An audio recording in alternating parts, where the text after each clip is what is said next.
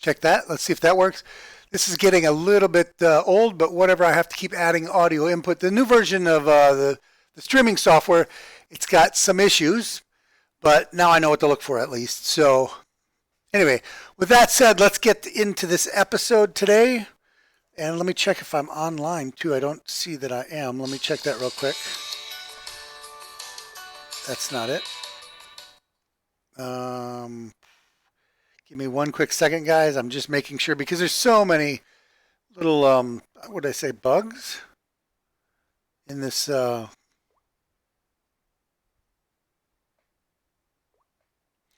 so I don't want to do it that way. Let me go a different way. Let me go here. Give me a quick second. Wow. Okay. We will go there. Let's see if we're active here.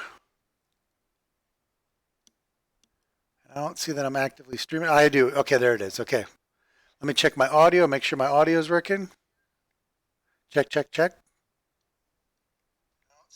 Okay, there we go. So I do have audio. Okay, so bloodbath today. This Bitcoin is down to 7,600. When I updated my cryptocurrency tracking calculator this morning, I noticed that Beam was at a really, really low price, which told me that Bitcoin had dropped from its 8,500 threshold, I think we were tracking at, down to something lower, right? That's typically what it means. Because if Bitcoin goes down, then all the altcoins go down with it. But when Bitcoin goes up, the altcoins don't necessarily go up with it. So it's kind of a weird relationship. But I guess when Bitcoin goes down, it puts uncertainty into the market. So this was down as low as 7,600, I saw. 76 and a few points. So we'll keep an eye on it. You see across the board 6%, 7%. If we look at the volume, so that's market cap, right? If we look at volume, obviously Tether, people are going to be flocking to Tether, to Pax, to USDT. Well, that's Tether. to the stable coins, right? USDC, USD coin. And this was the one that cracks me up still. It was accused of hurting Bitcoin when Tether is the one that people go to. Anyway, so let's go and look at Beam real quick, and we'll update my calculator. So I've been doing really well on Beam, and you see here 1.25. So not many people are hashing because it's not profitable right now, and I'll show you what I'm talking about. But it's a mixed bag actually, so we'll see. And remember I said a 4-to-1 is what's typical for this, that this pool typically does a quarter of all the hashing. So 4 times 1.25 is what? 5, right? 4 and a quarter, so it's 5, and we're at 5.8, so I should be a little bit less than a quarter of all of the hashing is in our pool right now, right? And that's what we see. 20 blocks in the last 100, 11 in the last hour, 63 pending blocks. Earlier, if we come back here, you can see the spikes. What people do is they come online, they put their machines online, they do a bunch of hashing. They get, while the difficulty is low, they try to get a lot of coins, and then they log off. So it's kind of, I'm not exactly who does it. It's probably farms that do this, but I don't know for sure. So we got to live with it. I like it actually in some ways, if it's to your benefit. So anyway, let's look at our hash rates and stuff. Remember, this should be about 330 right now ish, right? I'm at 328. You see there's a lot of ups and downs. It looks kind of less stable than typical to me, the line, as far as the green line. The orange line too, it has some fluctuation in it, fair amount, and that could be due to the volatility in the hash rates. So we're hashing on the 1070 Ti at 37.29, 174 versus 180, and 116 versus 120. So we're down a little bit, and that shows we're at 328 instead of 330. I'll copy the Beam number here. Well, let me refresh it real quick. Just make sure it's the latest number.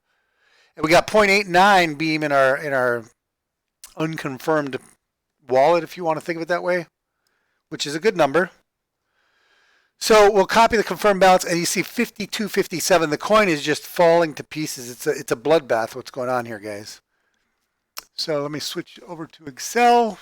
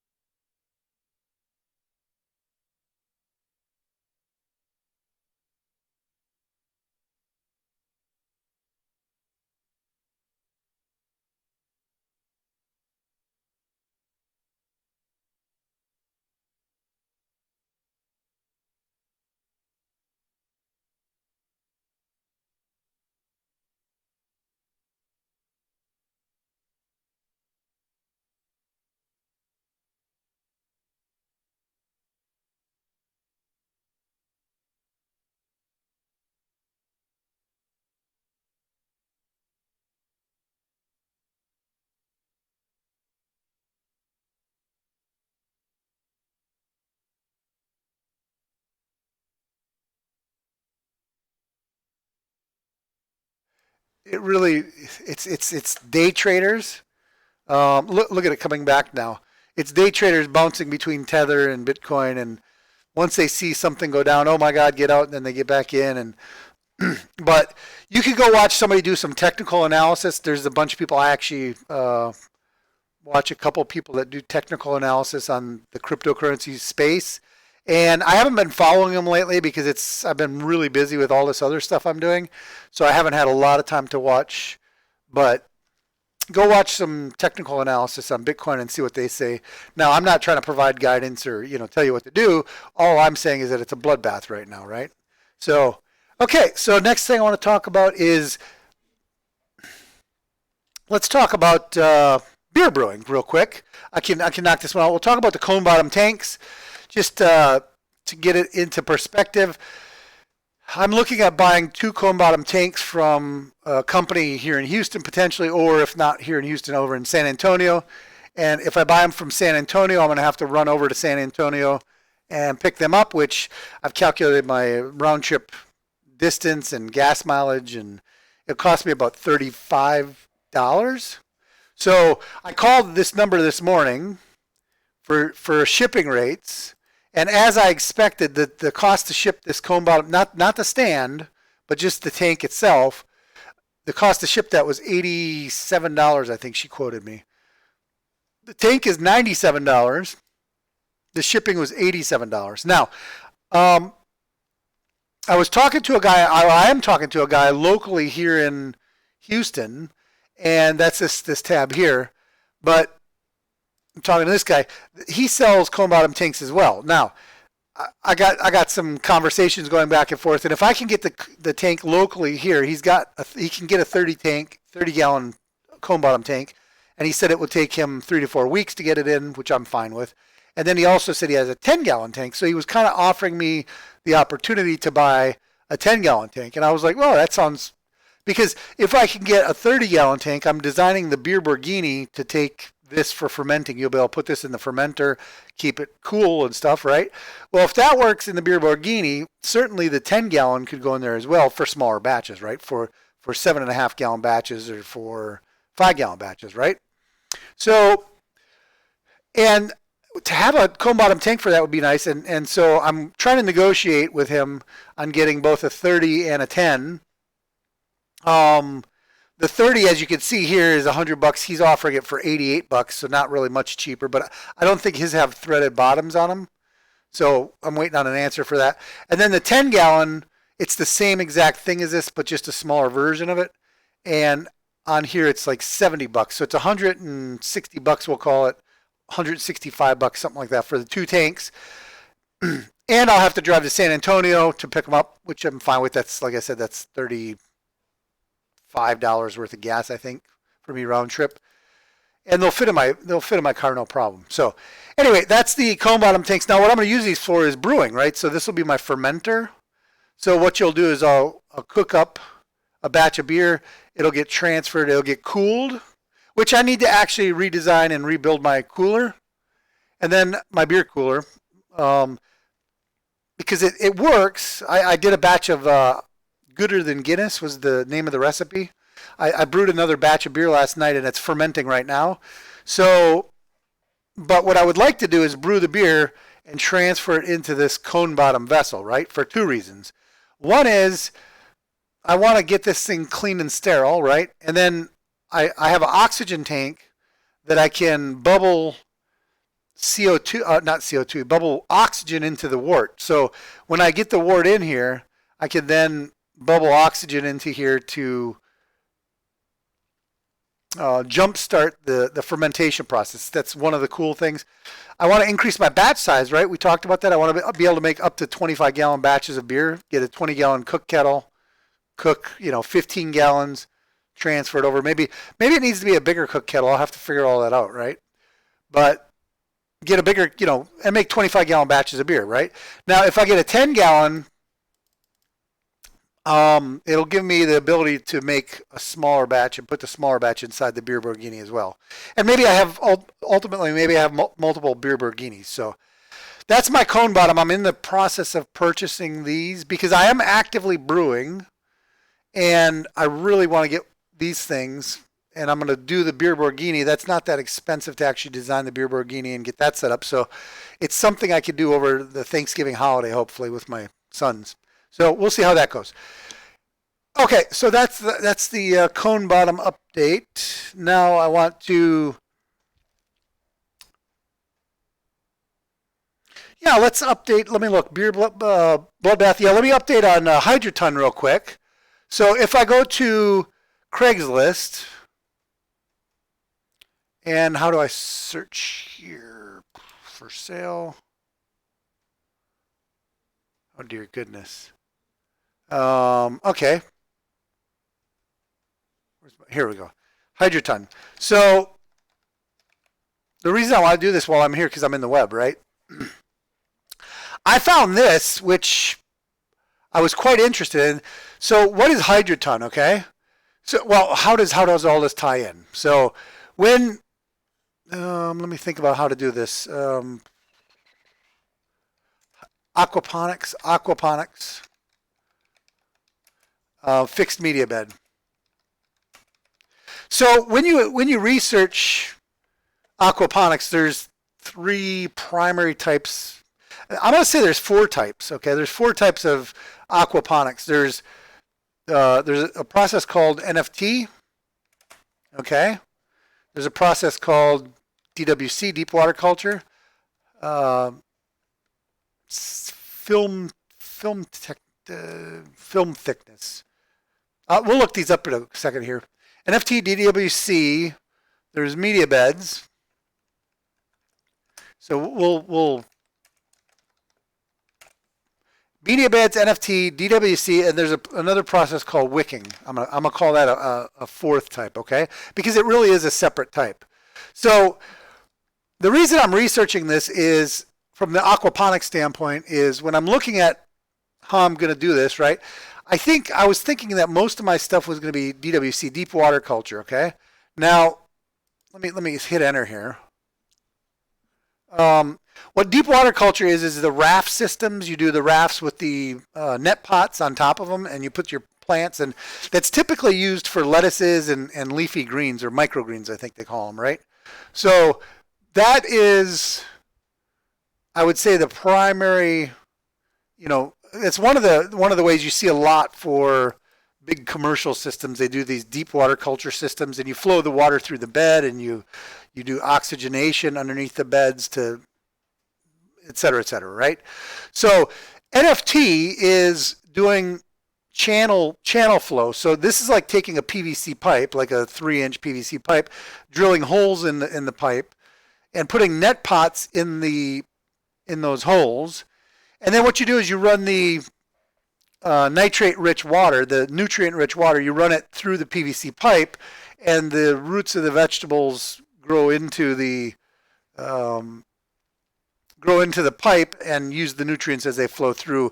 But it's a thin layer of water, not 12 inches of water. Okay, so it's just a thin kind of water layer, and it runs through multiple pipes at a time. And basically, you harvest it at the end of the pipe and recirculate it, and then put re-enriched water back at the beginning of the pipe. So you're just running, and it's a thin layer. The difference between NFT and DWC is this is deeper water, 12 inches, and this is like, I don't know, it's like a 1/4 of an inch of water. Okay, so it's not that much water here. So both of these, this DWC and NFT, they're not really made for tomatoes, for example, or they're not really made for, when you go research it, people say, well, yeah, you can grow tomatoes in it, but it's suboptimal is what you kind of see people talking about. Okay, it's not the optimal way to do it. So if you want to grow like cucumbers or bell peppers or the list goes on, and I watched a guy, oh my God, what was his name? I'll show you real quick. We'll go here.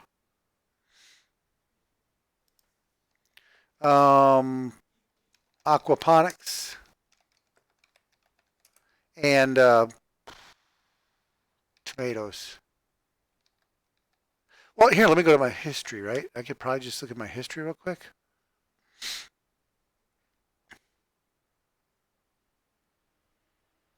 You'll have to forgive me.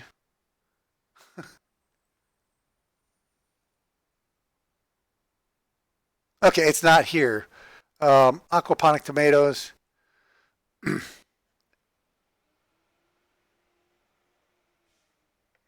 It was like MPH something. His name was. Let me.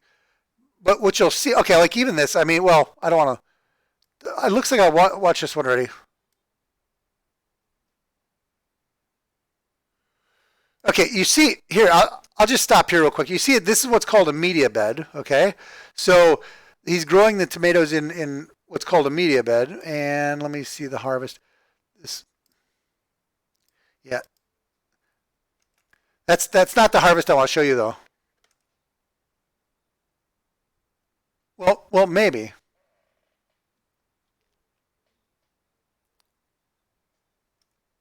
There was a guy. He was like from Alabama or Mississippi or something like that. MHP Gardner. Look at this. Look at this. You can see it on the thumbnail. This is grotesque. Okay, and he goes through it. He sounds like he's from Louisiana. So he's doing Dutch buckets, and then he has what's it called? Expanded perlite is what he's using inside for his growing media. Okay, so what I'm trying to point out is this is a different type of growing, and this is what takes a lot of research to do all this, right? Let me. Yeah, there it is. I mean, look at this. Look at this. I mean, just look at this. Look, this is to me. Okay, this is unbelievable. If I could grow tomatoes like this in my backyard,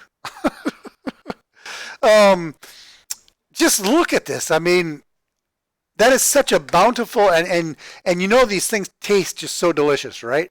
But so I started researching several days ago, and I'm going to create a sheet in my Excel that is going to list every type of vegetable and the best way to grow it, right? And I'm actually going to test that, and I'm going to publish it, and it's going to be part of the educational process again, right? Now, I watched his video yesterday, and he has a Dutch bucket system, and what he does is he has on the end he has a tank. He's doing hydroponics, just so we're clear, okay? And you see here it says hydroponic, right? Which aquaponics and hydroponics are the same thing, except he's using chemical fertilizers to fertilize his crops, whereas with aquaponics you're using the fish waste, right? It's the same concept but different methods.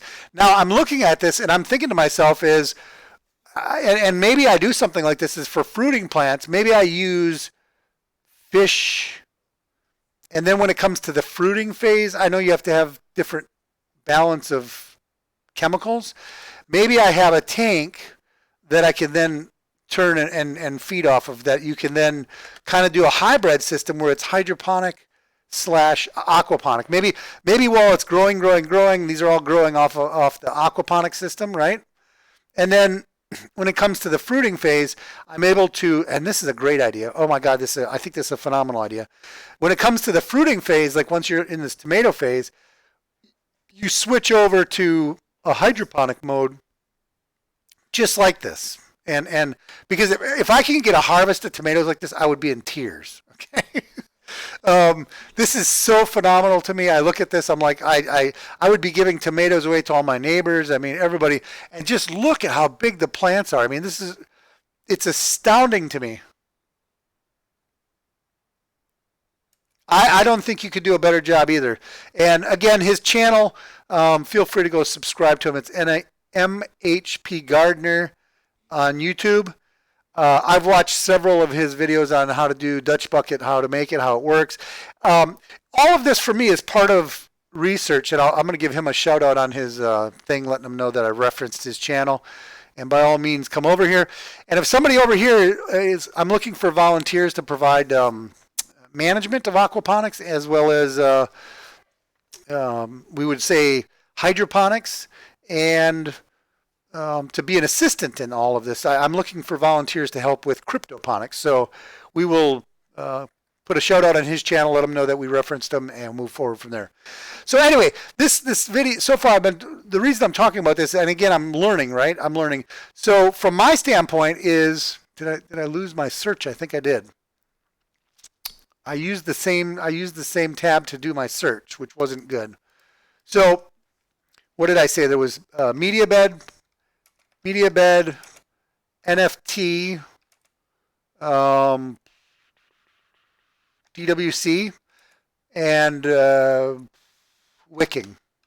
Okay, so from all the research I've done so far, these are the 4 types of aquaponic / hydroponic systems I've seen. Media bed is what he's doing right here. Okay, he's doing media bed. He's using expanded perlite or perlite. I don't know if it's expanded, but he's got big bags. I've seen him pour big bags of perlite, and it seems like a very affordable way to do it. And he's using paint strainer things, 5-gallon paint strainers in these buckets to keep the perlite from coming through. And then at the end of the season, when the plants die, he ultimately and these buckets are you can use them for bell peppers, you can use them for cucumbers, you can use them all types of stuff. It prefers these. I don't know all the things yet that you grow in media bed versus these other ones, right? And that's really, I got to find all that out because I don't want to grow 10,000 heads of lettuce. That's not what I'm after. I literally want to provide vegetables for myself. It's one of my goals, right? We went over my goals before, and one of my goals is to provide vegetables and fish for myself and my neighbors, right? That was like because tomatoes that taste like cardboard, I'm tired of getting, right? So, and look at his thumbnail. It's a tomato. It's so cool. So, okay, so we got that, right? Holy crap, that's got 2 million views. Wow. That's a huge number of views. Probably because the thumbnail with all those tomatoes. So anyway, I need media bed, right? Well, when you start researching media bed, there's different types of stuff you can put in here as your media. And like I said, he's putting expanded perlite in here, okay? I've seen people use river gravel, rounded river gravel. They said you want something in here without sharp edges because when you're moving it around, you're handling it, you don't want to cut the plants. You don't want to, you know what I mean? You want something without sharp edges in here. So there's something, river gravel, which I think the difference is it just has rounded edges from being tumbled in the river, quote unquote, right? Now, I guess you could probably buy a big drum and rotate your rocks and make it non-sharp, right? I've seen people talk about like 2-inch gravel they put in here, and people say, oh, it works fine, 2-inch gravel. So that's something people use. Or there's this other thing called Hydroton, which of the price points, Hydroton is the most expensive, okay? So I found this. I called the person yesterday, and she said that they have a bunch of this that they're not using anymore. So they set it up, and they were going to. I'll have to hold off on that phone call for now. They set this thing up, and well, they set up a bunch of this Hydroton in an aquaponics or hydroponics system. I'm not sure which one, but it wasn't getting enough sun and blah blah blah, so they don't need it anymore. And I asked her how much they have, and she said a bunch. Okay, so what I'm going to do, and I talked to her, condition like new, really. If it's used, it's used, right? So 40-liter bags, and they're saying that they want $30 per bag, which I think is a bit pricey. I'm going to try to buy a bunch of this. I'm going to calculate approximately how much I might need. But again, that comes down to designing my systems, right? And when I say designing my systems, I want to have, if this is an affordable choice for me, I want to have this, Hydroton potentially, as an option for my media beds, but I don't know how much media beds I need yet, right? So that has yet to be determined. So I found this reference or this source for Hydroton, which is local to me, which I can go pick up. It's pretty cool, right? So the reason I'm mentioning all this is my research into aquaponics is, okay, like I said, there's media beds, which I'm thinking about Hydroton, and if I don't do Hydroton, I might look into the perlite that he talks about. but I need to really come into my system and I need to ask myself how much media bed, how much NFT, how much deep water culture, and how much wicking do I need, okay? Now, what I understand wicking to be is literally you plant on the ground and you water it with your aquaponics water, but you only do a little bit, and then the ground wicks the, like potatoes, what I understand is you don't want to, like potatoes are kind of hard to grow in any of these systems from what I kind of understand, because, what's the word I want to use? Although I watched a guy grow potatoes in a 5-gallon bucket, but he did it with just dirt, okay? So maybe that's what wicking kind of is. And then he would water the potato plants with his hydroponic water, and then, you know, when he would harvest his potatoes out of his 5-gallon buckets. So that's kind of like wicking, and I think I would do that versus planting in the ground. But what wicking is, what I understand is you're putting the nutrient-rich water on the edges of the soil or on the bottom of it, and it kind of sucks it in small amounts, and it doesn't use a tremendous amount of water. It just wicks what it kind of needs into it, okay? So from an aquaponics standpoint, that's really what I'm doing right now, is I am doing calculations and I'm trying to determine how much media bed, how much NFT. And again, NFT, let me pull up a new tab for that just so I don't, aquaponics, NFT, okay? So we'll show you real quick.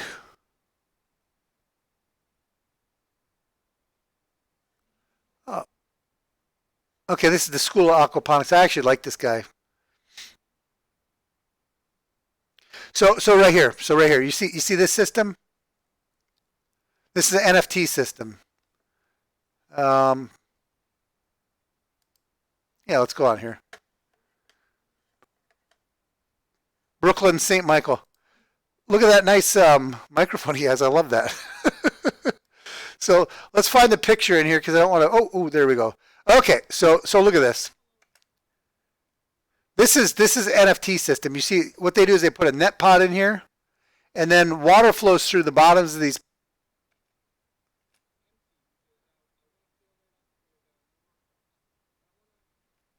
So he said he has a lot of spaces empty. That's a lot of spaces. Oh, jeez. So all this is, guys, is let me see if I can go backward real quick.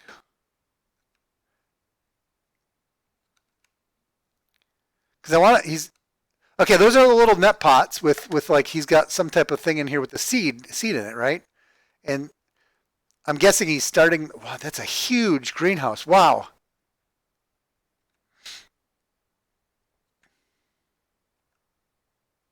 And I'm not going to go through the whole system because I'm not trying to, okay, so this is enough, right? So this looks like where the water comes out. So on the other end of this, he's going to be putting water in at a, well, this could be, I don't know whether this is the beginning or the end, it doesn't matter, because if he has this thing, because you look here, you can see he obviously has this thing sloped, right, from one end to the other, so that the water drains from one end to the other. Looks like it has sag in the middle a little bit. This one looks like it sags a little bit, then goes back up. But anyway, so he's pumping water in the one end, it flows down, down, down, all the way down, and he puts net pots in here like these, and eventually these net pots will, the roots of the plants in here will reach down and they will get in, they'll touch the water that's flowing through here. So this is what's called an NFT system, right? And when it says split flow, I think he's running 1, 2, 3, 4, 5, 6, 7, 8 of these at once, and maybe he has more, so I mean maybe he's running 16 of these at once, right? So anyways, that's what NFT is, and that's why I wanted to talk about that, right? To just show you an example of what NFT is. Deep water culture is, let's pull up another, and I need to go through and I need to determine aquaponics DWC. So I need to go through and I need to determine how much of each one I need. So, okay, see this right here? See these little like rafts? That's an NFT system. So what it is typically they have 12 inches of water in the bottom here. And they put water in, they put the nutrient-rich water in on one end. It flows to the other end. They could have baffles in here, for example. But effectively what they're doing is they're running nutrient-rich water through. The plants are on, let's call them floating rafts.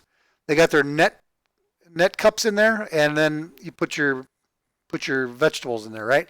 Now, from what I've seen, is these DWC systems are primarily used as a growing with aquaponics. Why is this one here?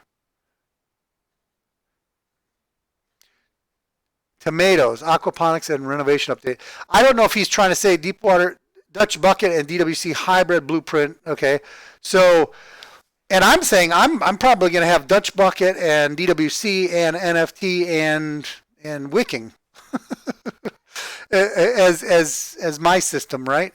Because it sounds like the different vegetables. I don't. This is what I do not want. Okay. Okay, I'm going to have to watch this video. I didn't see this. I haven't watched this video yet. But what is the best type of aquaponics system? DWC, NFT, flood and drain. So he's saying there's a flood and drain, which is media bed. That's flood and drain are media beds. Grow bed. Yep. And I'm saying there's also the wicking. Wicking is the fourth one, right? So, but I don't want to have all lettuce. Yeah, so I just don't want to have all this. I'm going to keep this here so I can watch that later, okay? So back to, I keep losing my thing here. Yeah, so when I look at, what was I talking about here now? I was talking about my Hydroton. I know I'm going to need some Hydroton. Well, no, I'm going to need Hydroton or Hydroton alternatives, okay? And I've looked that up, and if anybody watches this video and you know of additional alternatives, what I know about is perlite. I know about river rocks or 2-inch gravel, people have said. I know about Hydroton, okay? Those are and then there's something called grow stones, which is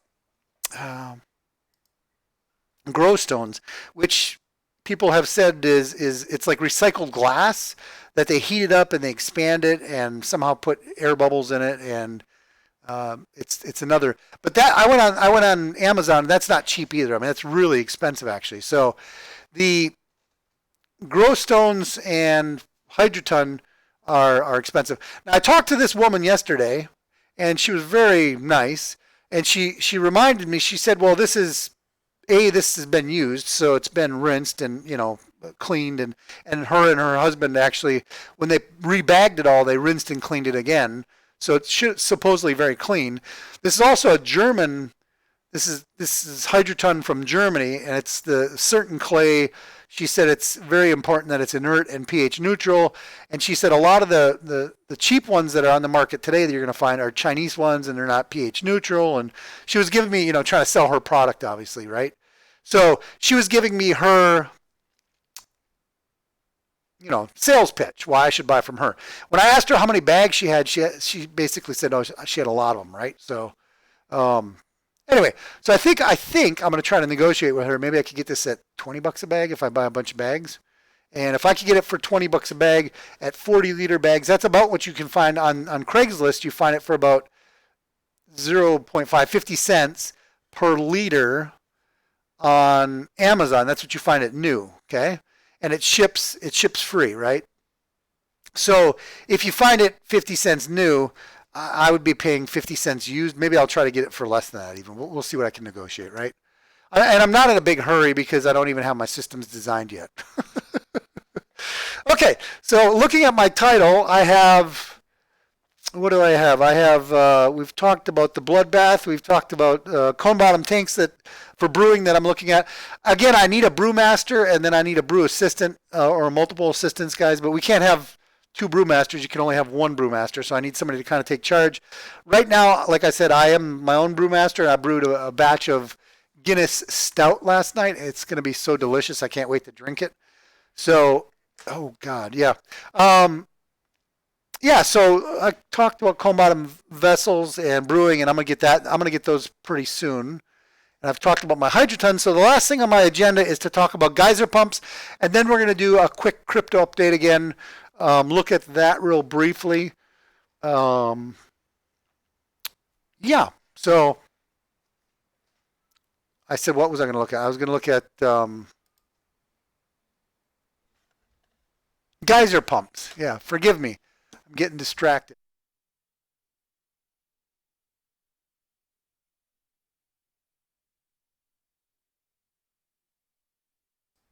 This is so weird. I had to add the audio capture again into this, but whatever. It is what it is. It's just a difficulty I'm having.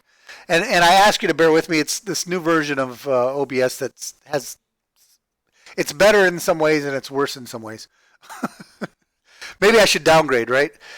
Anyway, the geyser pumps, what are we going to look at here related to geyser pumps is, one of my goals, again, if you remember my goals,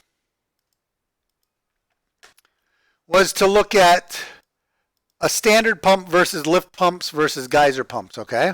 So I can go out to Walmart's website right now, or or not Walmart, Amazon, I think, and I can find this 2400 GPH gallon per hour pump for $42.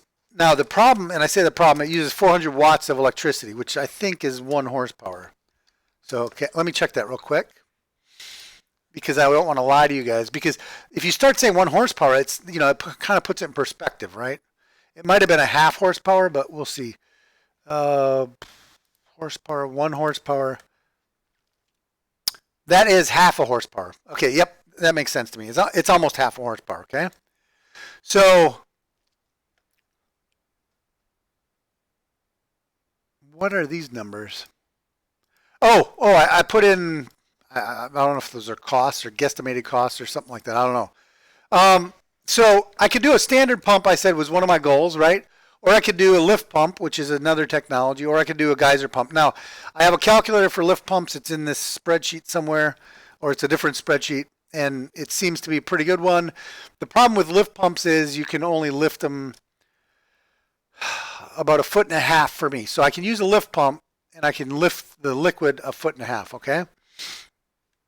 And I have to prove the calculations, but it's going to cost me, I don't think lift pumps are significantly better than a standard pump is what I'm saying, right? Now, the next type of pump, and then there's other issues with, this technology, right? There's pros and cons to each one of these. And then the thing was various geyser pumps, okay? So one of the things I want to look at is geyser pumps. Now, you say, well, what's a geyser pump? And I'll go through that real quick. Let me go into, it's under,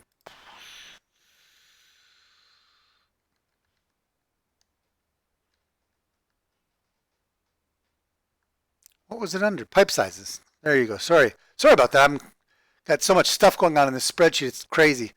So I decided to do the calculations inside of this pipe sizes tab. So off the internet, I copied for PVC pipe. I copied all of the pipe sizes, their OD, ID, outside diameter, inside diameter, the minimum wall thickness, the nominal weight, and then I added a circumference because I use that in various calculations as well. And I did a schematic of what we would call a traditional geyser pump would look like, okay? So I guess this is the view level we're going to get, okay? So a geyser pump has, let's say, 3 main pieces to it. It has an outer bell. So you see this outer rectangle, that represents, we'll call it the outer bell. It's a piece of pipe that's sealed on the top with an end cap, okay? It's sealed on top with an end cap, except for anything that protrudes through it, okay? And then on the bottom, it's open. So it's a piece of PVC pipe that's capped on the top and open on the bottom. Now the next piece of pipe, that's P1 we'll call it, right? Now the next piece of pipe is P2. P2 goes inside of the bell, and it's the pipe that transfers the water upwards. Okay, that's the concept here, right? So P2 is, we'll call it the transfer, the water pipe, we'll call it, okay? That's probably the best name for it, the water pipe. P1, let me do this. We'll call it the bell. This is going to be a working session, by the way, too, so it's not just, P2 is the water pipe. Okay, and then P3 is the siphon pipe. Okay, so those are the three pipes that are involved. So P2 is open on the bottom, and it goes up, and it makes a 90 at the top, or it goes up, and what happens is, and it's open on the top, so it's open on both ends. P2 is open on both ends, and what happens is, and then P3 is the siphon pipe. Okay, so what happens is, now what I don't show here is in some of the designs I've seen, you pump air into the top of the bell. Okay, you pump air into the top of P1. Now, I'm not exactly sure why you would drill a hole, put something through, and try to seal it, and potentially it might leak, or who knows what will happen, right? What I plan on doing is taking an air hose and coming down, going through the bottom of the bell, coming up, and having some type of attachment here that the hose goes into, right? So that and maybe my idea is wrong. I don't know. We'll have to see. But you're gonna try. You want to get the air in to the top of the bell. So there's two ways to do it. One is to drill a hole through here. The other is to come down with the air hose and come up with the air hose and then hot glue it to the wall, or something like that, right? And maybe my idea is worse now, coming to think about it. We'll have to figure that out. So anyway, you pump air into the bell. It's like a diving bell, okay? And I'll just call it a bell. That's fine, because nobody's diving. As the air fills the bell, now this side is P1 also. There's a portion of P1 over here that is part of P1 generally. And as the air pressure displaces the water gets pushed out of this pipe and it gets pushed upwards, right? Because this is what's called the siphon tube. As the air pressure does that, it goes down, down, down, down, down, down, down, down, down. And once, my understanding is, and I say my understanding, I have no personal knowledge, it's from videos I've watched and stuff like that. Once the air level gets to the top of this pipe, it creates a siphon effect. So the air comes like this and it goes like this and it goes up. Okay? You start pushing air. What happens is the air gets pushed down the pipe like this, gets pushed up like this, and it creates a siphon effect. So if you think about this, the water level was right here in the bell, right? And then as the air gets siphoned out of this bell space, the airspace of the bell, as the air gets siphoned out, the water comes flying up like this, and then it's going to poof, and it's going to fill this with water again, right? If you follow what I'm saying, right? So the purpose of a geyser pump is you want to put a slug of water, and I say a slug. There's a lift pump. With a lift pump, what you do is you bubble little bubbles in here, right? With a lift pump, you put little tiny bubbles in here, and those bubbles, due to the buoyancy, it decreases the density of the water inside the pipe. Because it's a less dense mixture. Water flows into the lift pump. Water flows in from the bottom, and the bubbles go up, and so it creates a draw. It creates a vertical draw effect. That's how a lift pump works, okay? Well, a geyser pump works on that same concept, except instead of putting little bubbles in, you want to put a big slug of water. I'm calling it a slug or a plug. It's a plug or a slug of water, right? Now, you see on my drawing here, I created a drawing, and I said, well, what are all the variables? What are all the things we can change? Okay? And so I literally went through, I said, well, P1, you could change the diameter, the inside diameter of the pipe, outside diameter of the pipe potentially. Well, yeah, but no. The inside diameter is really what we're talking about, okay? So B is the inside diameter of the water pipe, and C is the inside diameter of the siphon pipe, right? D is, where is D? D is the distance from the water pipe to the bottom of the bell. Okay, that's D. E is the distance of the siphon pipe to the top of the bell, the inside top of the bell. F, everybody says, oh, F and E are the same, right? And I wonder what would happen if they're not the same, right? What if F is less than E? Okay, that's my first question. What if it's substantially less? What if literally you have E, you come down with some pipe length, right? Which is the pipe length of that you come down is G. You can see that variable. And then I said to myself, well, what if F is nearly equal to G? What if F is like G plus one pipe diameter of C, right? Or 1.5 pipe. You just do the elbow. What if you just literally do the elbow and stop there, right? What does that mean, right? And there's also this thing called a Venturi effect, right? So, but do you need it here? Don't you need it here? What type of, this really kind of operates a little bit on the Venturi effect. You can think of it that way too, right? But to do that, you'd have to create a neck down version. So you probably want to flare this, that your elbow would be flared out, and then maybe you flare out a little bit more. Maybe, I don't know. Yeah, lots of testing to do on that. F, I want to do a test with F where F is literally just an elbow down here versus the same design, the exact same design, but it's an elbow and then F is equal to E. And then I want to do another test where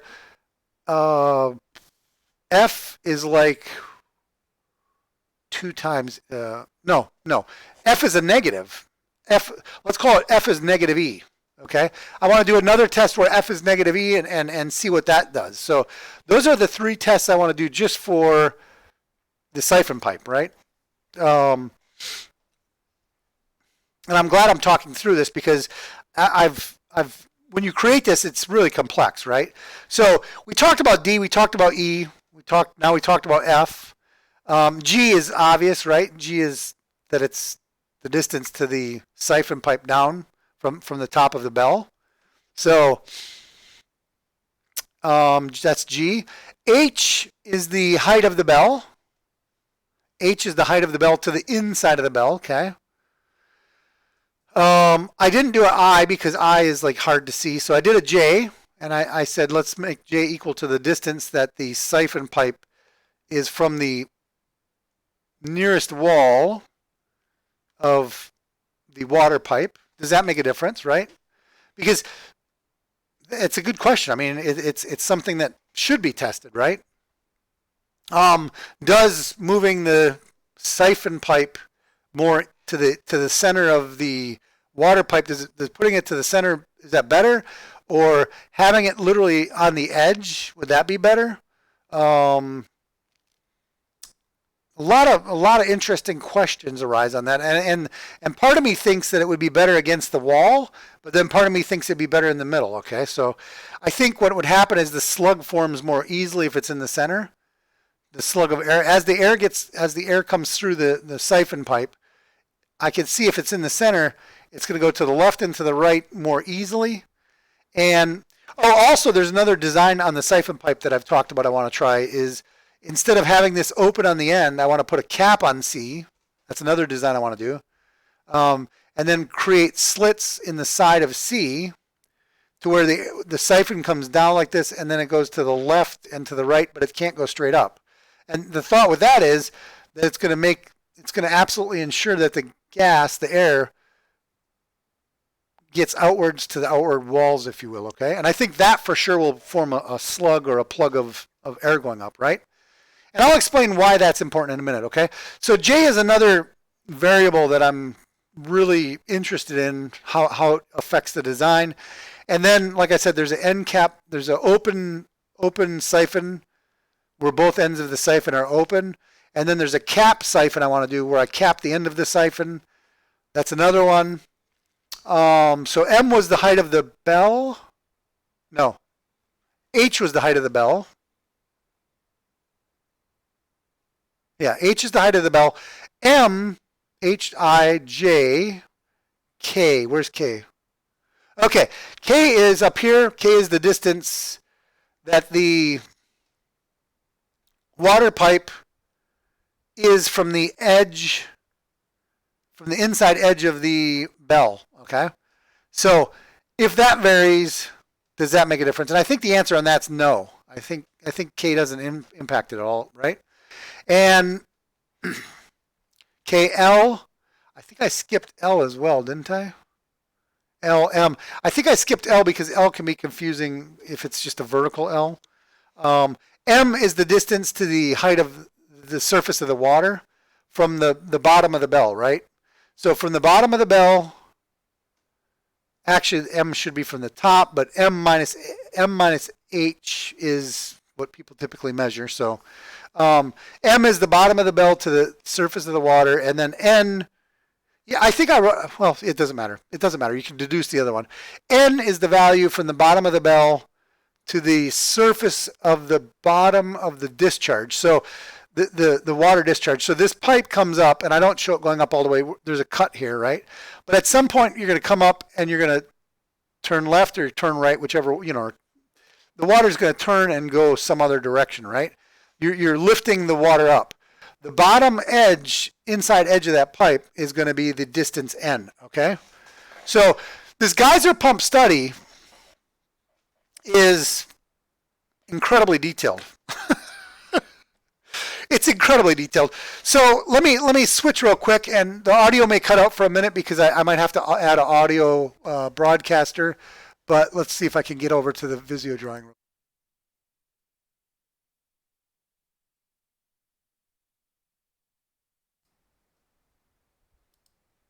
Okay, I have to add these audio to everyone, but that's all right. It's really weird today, again. So on my beer Borghini sheet, I started doing some playing around, okay? And the drawing we just looked at is right here. That's where I created the drawing, okay? Now, the C, remember I talked about capping C, putting a cap on it and then putting slits in it to where it forces the air to go left and right as it comes up? We can look at that example right here real briefly. Let me check my audio real quick. I want to make sure that my audio is broadcasting because there's nothing worse than not having audio. I did a whole video one day, an hour and a half of no audio, and it was terrible. But I think it's working now, and I'm not going to have to check in the future. So this is pipe C, the siphon pipe. And what I'm trying to indicate here is that the air will come up the pipe, the siphon pipe. It's capped on the end, and it's going to be forced through these slits. I'll take a saw, and I'll cut slits in here, and these slits are going to have to have the equivalent flow area of the pipe. Not excessive. I don't want this to be excessive. I don't want to have a lot of slits because I want a fairly good velocity coming through here, okay? So whatever diameter this pipe is, I'm going to calculate the circular cross-sectional area, and then I'll make a slit and I'll calculate the opening, the air. It's going to be a rectangle, right? I'll calculate the area of that rectangle, and then those rectangles, the area of the rectangles should be equal to the cross-sectional area of this pipe, pipe C. So that's what this represents. And when I say equal to, I think if I want to err on any end, I'm going to err on the small, less than side, maybe. But maybe I can try to get it exact. We'll see how close I can come. Okay. So without looking at okay, this sheet you've seen the sheet before. Okay, this is the beer Borghini sheet, and the CO2, the new Brando, and the discussion about the greenhouse, and so I'm just adding more stuff to it. Okay. So I've watched some videos, and this was my impression of what a geyser pump looks like. Okay, and I got all the dimensions in here. Now, when I did this, the next thing I did a little wavy line for the water unevenness, but there's an average surface level, right? So I kind of, based on what I've learned, I kind of put down some things, okay? And I said common design that people are doing suggests that E equal F, but we will vary both positive and negative to check. So that's what I talked about is we're going to do E equal F. We're going to do F way, way, way down, right? And then F negative, where F is maybe a negative E, right? To see if, with everything else held constant, does that change the design? That's an important point, right? We really need to know that. And because if literally coming down and doing an elbow, does it change the cycle time? Does it change, what does it change, right? So, excuse me, I'm sorry. Give me one quick second.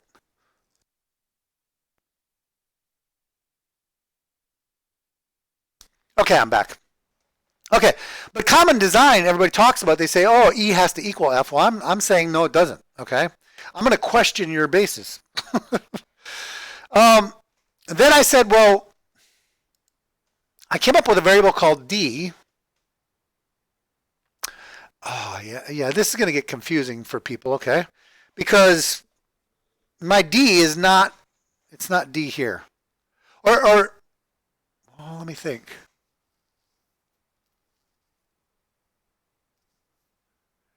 Yes, D is. Okay. D, when I looked at this, as I'm pumping air in here, what I want to know is the volume.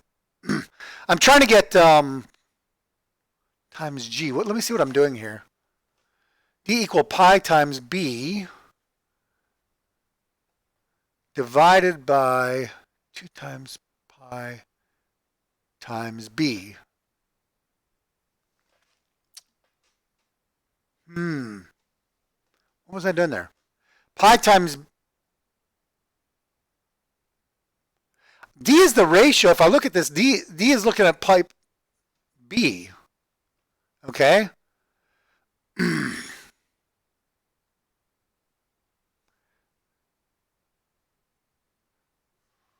Sometimes I do stuff and I can't even remember what I was doing.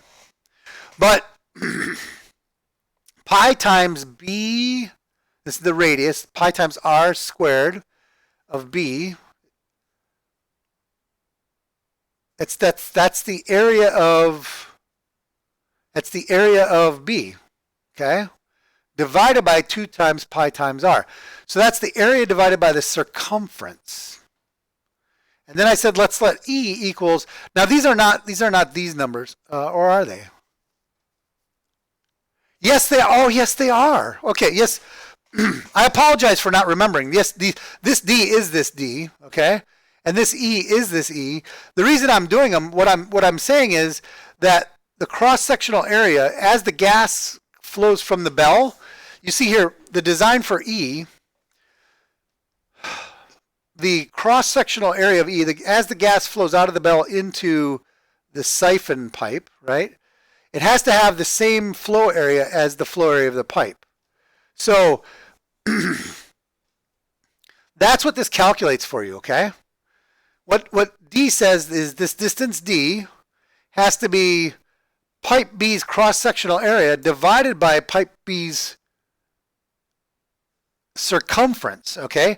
And if you take those two, the circumference times D has to be equal to the area of B, the cross-sectional area of pipe B. And that's exactly what this is doing. That's now I remember. So what I'm doing is I'm analytically calculating what dimension D and E have to be. They can't be less than, that's the minimum D has to be, and the minimum E has to be. Let me put min in there, just so I know that. Okay? Those are the actual dimensions, though.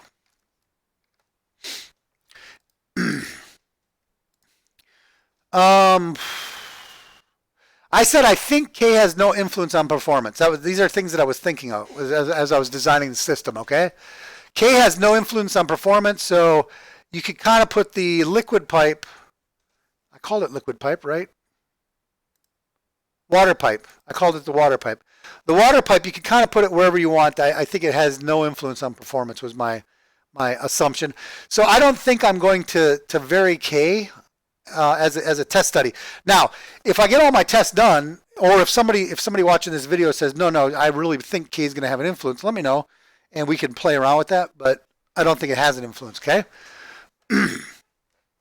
I also think that G should be, let's look at this, G, okay, should be H minus D minus 2 times C. Minus 2 times C. So what I'm trying to say is that G should be as long as possible, and if while not coming too close to the end of the pipe, right? What happens if you go to the bottom of the pipe? Let me think about that. You don't get your siphon then, do you? No, you don't. You lose your siphon. That's what happens.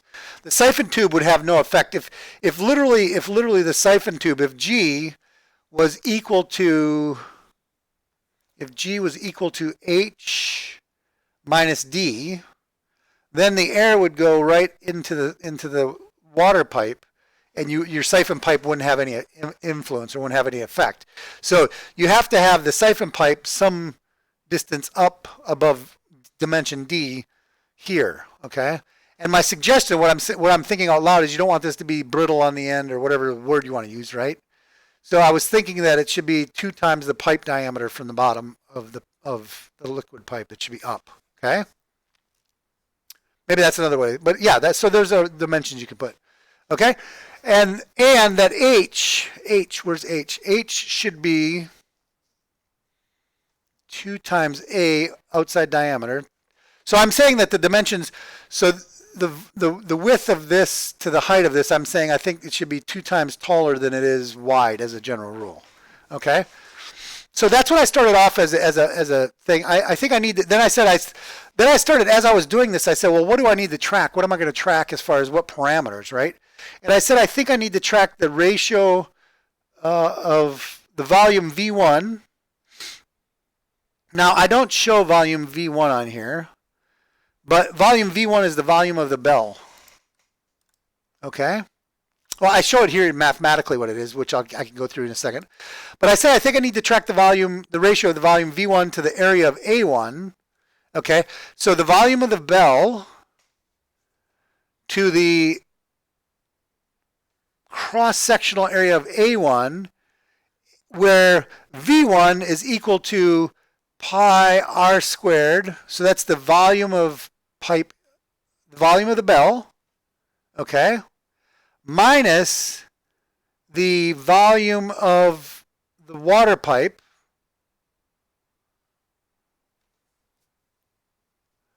times G, times G. So what this is saying is, one of the parameters I want to track is as the air pushes the water down, right? It's filling the bell with air. But as you fill the bell with air, it doesn't fill the water pipe with air, so you have to exclude that volume. That's what V1 does. V1 literally excludes this volume. Now, you don't exclude the siphon tube, because the siphon tube, as the air comes down, it actually fills with air, so you don't exclude it. And then this piece of the siphon tube, you don't exclude because it's filled with water, just like the water pipe is filled with water, right? So volume 1 is literally the volume of the bell that's actually filled with air, the actual air volume, okay? And A1 is the cross-sectional area of the water pipe. So when I was kind of doing these dimensions, I was thinking about this, and I said, to me, I think it's interesting to have, I think this is going to be interesting in the performance of the units, right? We might find that there's an optimal V1 to A1 ratio, okay? And so it's free to track, right? And I said as well as the ratio of V1 to A2. So now that's the V1's the same. So it's the actual air volume to the what? To the area of A2, where A2 is the cross-sectional area of the siphon tube. So instead of tracking the volume of air to the water pipe cross-sectional area, I'm saying let's take V1, the volume of air, to the siphon tube, and is there a relationship there? Okay? And I think there's going to be, because the bigger the siphon tube, I believe, the faster the air can siphon out of here, okay? And the faster the air siphons out of here, the shorter the slug is going to be, the shorter the slug / plug, whatever we're calling it, is going to be. So inside of here, there's going to be an air bubble that forms, right? The air is going to come out of the bell. It's going to go into the water pipe. And as it comes into the water pipe, it's going to spread out. It's going to form a slug of air of some length, okay? And the faster the air comes out, I believe, the shorter the slug could potentially be, okay? So it's thinking as I was designing, okay? And that's kind of how I came up with all this stuff. It was thinking as I designed. So what was next? Need to keep constant V1 and B while varying A.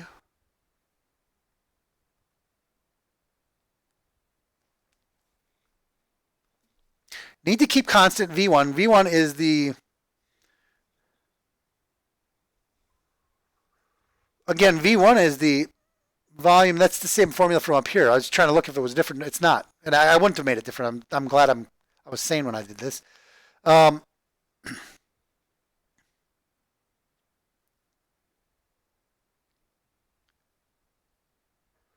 Okay, so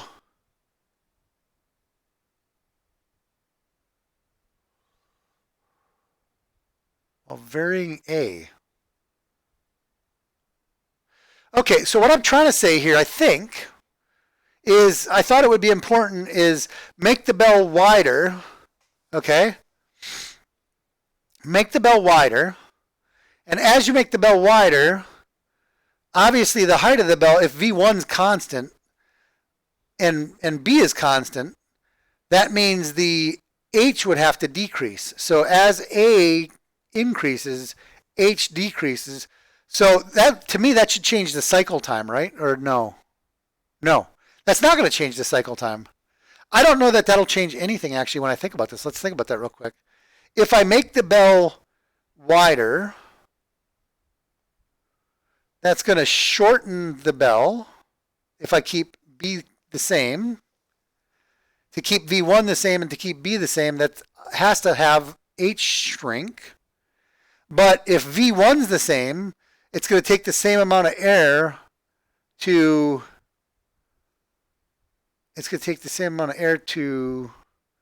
fill V1, and therefore, so I don't, let me put a note in here.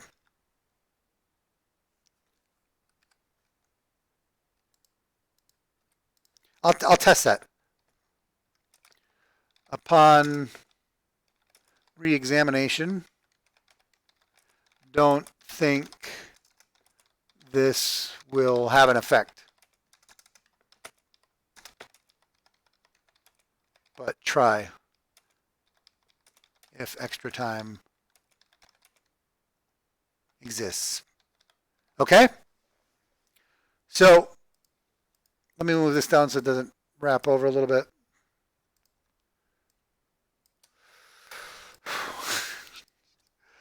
You know, you think this stuff is simple, right? But then, and the reason I'm thinking that it's not going to have an impact, guys, again, is if I keep V1 constant, that's the volume of gas and air in the bell, right? If I keep that constant, as I increase A, it's going to force me to decrease H. As I decrease H, it's going to force me to decrease G. As I decrease G, I was thinking to myself, well, it's going to trigger quicker, but it won't trigger quicker.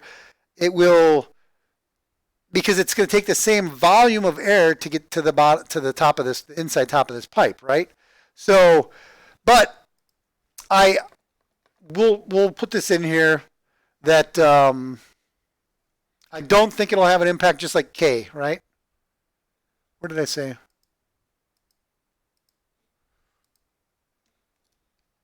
Let me cut this out of here real quick. I know what I'm going to do.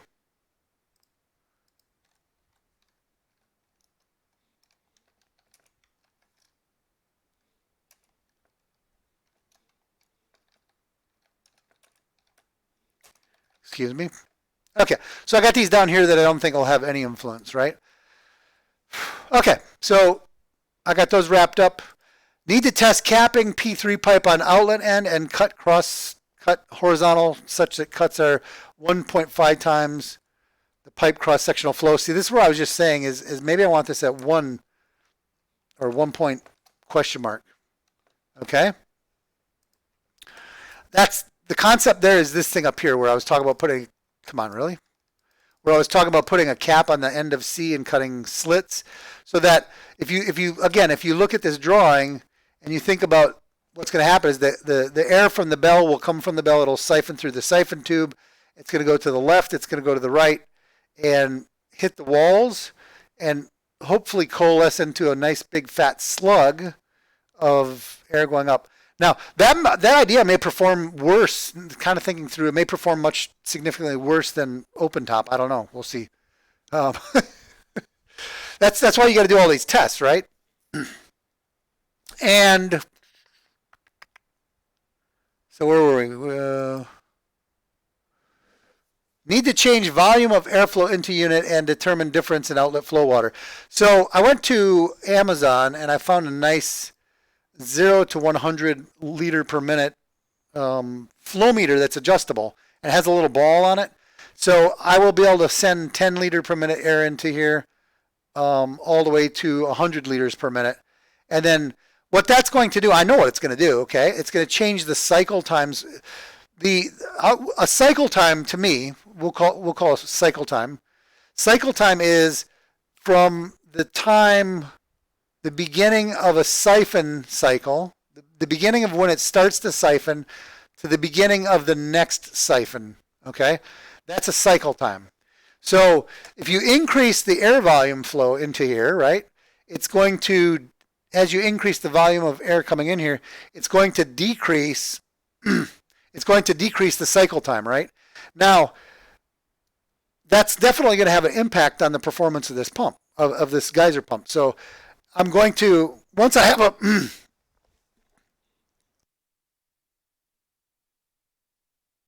forgive me again. Once I have a pump designed, this is easy for me when I buy this flow meter. Now, this is why I need support, guys. You could see I'm going to be spending hundreds of dollars just on this stuff, right? The flow meter, I found one on Amazon for $45. There's 3 available. I found another one available for $17 for one of them. And I think I wanted to get the 3. They didn't respond. I did a lowball bid on it. They didn't respond. So I think I'm going to just buy the 1 for now because I want to use it for testing, right? So, I want to use it for testing. On a normal basis, what I'm going to do is I'm going to set up orifices. So if I have to throttle the flow to a pump to get the optimal design, what an orifice is, I'll show you real quick, is you have a pipe, and then you have another piece of pipe, and between those pieces of pipe, now this is going to be air tubing, you got to think of it that way, right? Between those, you're going to have some type of flange, okay? And between those flanges, now this could all be glued plastic. This could be plastic. This could be plastic. This could be a piece of air hose, hot glued or super glued or however you want to do it into the piece of plastic, right? Same here, right? And then this could be another piece of plastic coming to think about it this way, right? What you do is you have a piece of plastic like that.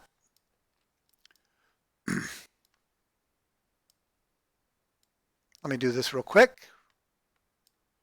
Okay. See if we can do this. Shape operations. Fragment. Yes, that'll work perfectly. Okay. Well, that was a lot of work for not much benefit, right? Anyway, what an orifice is this, okay? What you do is you take your air hose. My plan to make an orifice, if I need to, because you want these things to run at optimal values. You don't want to run more and waste air that you don't need, right? Because the more air pumps you need, the worse it is, right? So if I need a certain amount of flow in this, well, I'm going to do an orifice for it, okay? And the way you do an orifice, I'm going to take an air hose, stick it into a piece of plastic that's kind of thick, and hot glue it. And it'll have the hole drilled in here too. I also should kind of talk about that. The air hose, it has a hole drilled for the rest of it, right? And then, then on this end, it's the same thing but opposite, right? And then here, what you do is you have a circular or whatever shape these are, right? You have the same shape here, and you take a drill and you drill a hole through it that's smaller, right? Now, what this small hole does is it only allows a certain amount of air to flow through. This is the orifice. This thing right here is called an orifice, and it only allows a certain amount of air to flow through, right?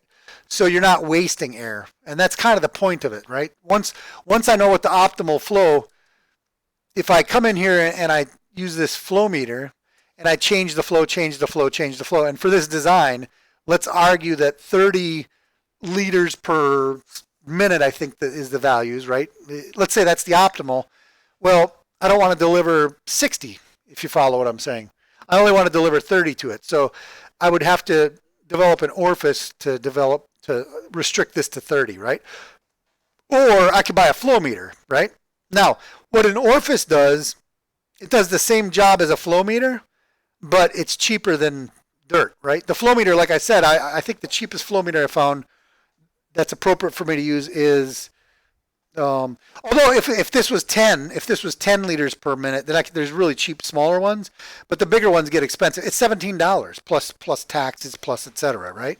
So this orifice is going to cost me nothing barely. So and when you do this orifice, you could have like metal clips hold. I could have a screw. I could have a screw these two pieces instead of gluing them together, and you could literally then unscrew it and put a different orifice in if you want to change that out. It's cool, right? So, but anyway, I'm buying a $17 plus tax plus shipping flow meter that I found for that, and then I think we need to have. Okay, so this was a design concept. I said I think we need to have air plug surges timed such that the momentum of the liquid is maintained. Okay, so when I look at the design of this and I think about it, right, generically, I think about how it works. So you're pushing air in here, and the air gets siphoned through this pipe. It goes like this. It creates a slug of air in the water pipe. And that slug creates a highly buoyant section of the pipe, right? And as it moves up, it draws the liquid up with it in the liquid pipe. It draws the liquid up. It also pushes the liquid above it. It pushes it up, right? So the timing on the cycles, right? The timing on the cycles should be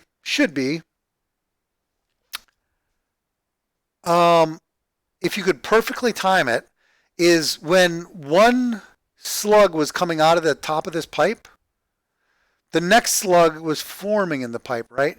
And that would keep, so I thought about how does this operate and what's the principles of operation. And what I'm thinking about is it's like an elevator, right? It's like an elevator. And think of the elevator, what's that called? The elevator box that people, whatever that name is, that you actually get into an elevator. Is it called a bay or a box, or I'm not sure. But if you think about that elevator, is each time the siphon tube is activated, it forms an elevator bay. There's a box here. That box goes to the top level, right, of the hotel. And as it goes up, it draws water into the water pipe, and it also pushes water above the elevator bay up through the pipe, right? Now, when that elevator reaches the top floor, the momentum of the liquid is now zero, right?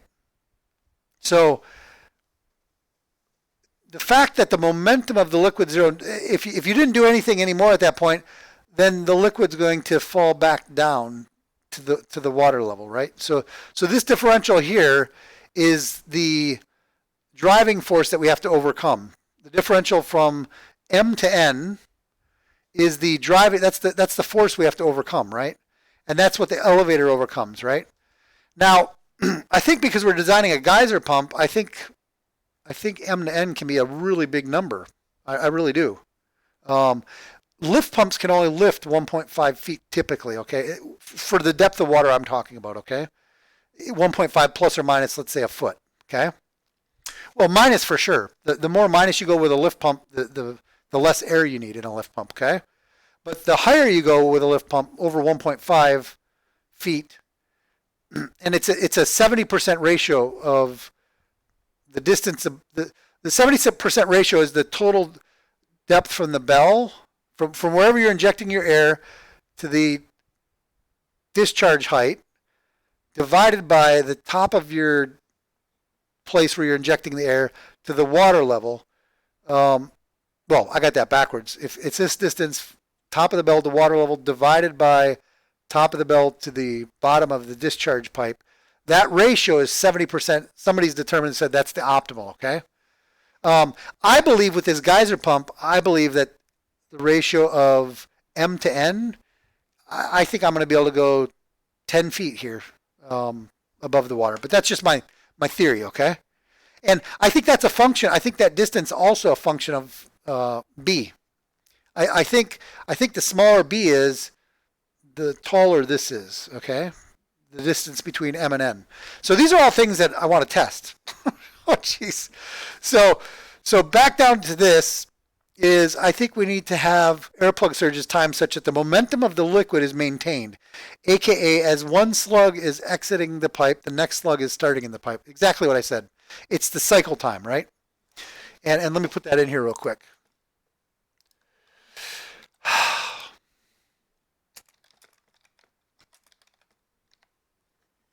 So knowing that, I think that the cycle time is critical. I come back to not wanting to waste air and not wanting to not use enough air, is once you calculate the cycle time, I'll be able to design an orifice to provide that amount of air into the bell, right?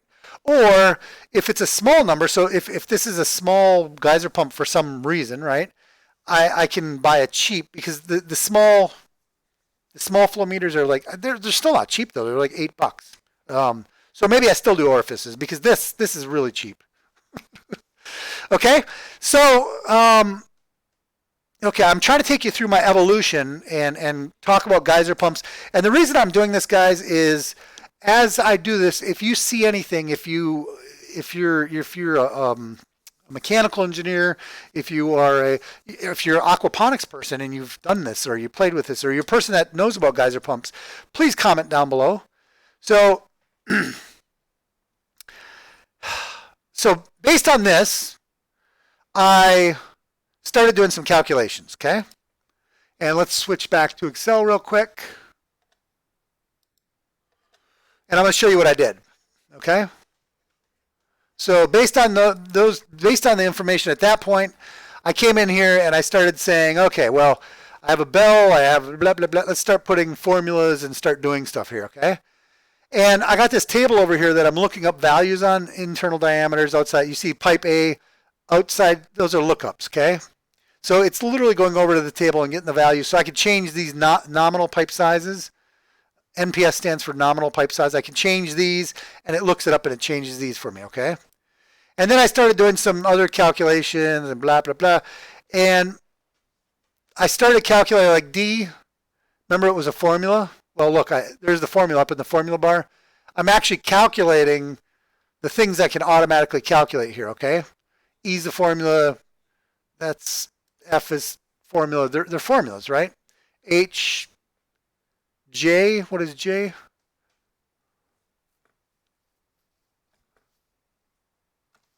Okay, so yeah, I'm not changing J in any of this because remember I said J is going to be its own study, right? So I'm keeping J constant. That's what that shows me there. I was looking because it's not a formula, right? Anything that's a formula is going to change as you change stuff. Anything that's constant, like the 0.13, is saying, you know, I'm going to keep it. Then you have to do a study on that itself, right? Volume 1 is the volume of the air, if you remember. A1, A2. Now, I also created another metric that I didn't talk about in the previous thing, is V1 over A2. Oh, maybe I didn't create that in here, though.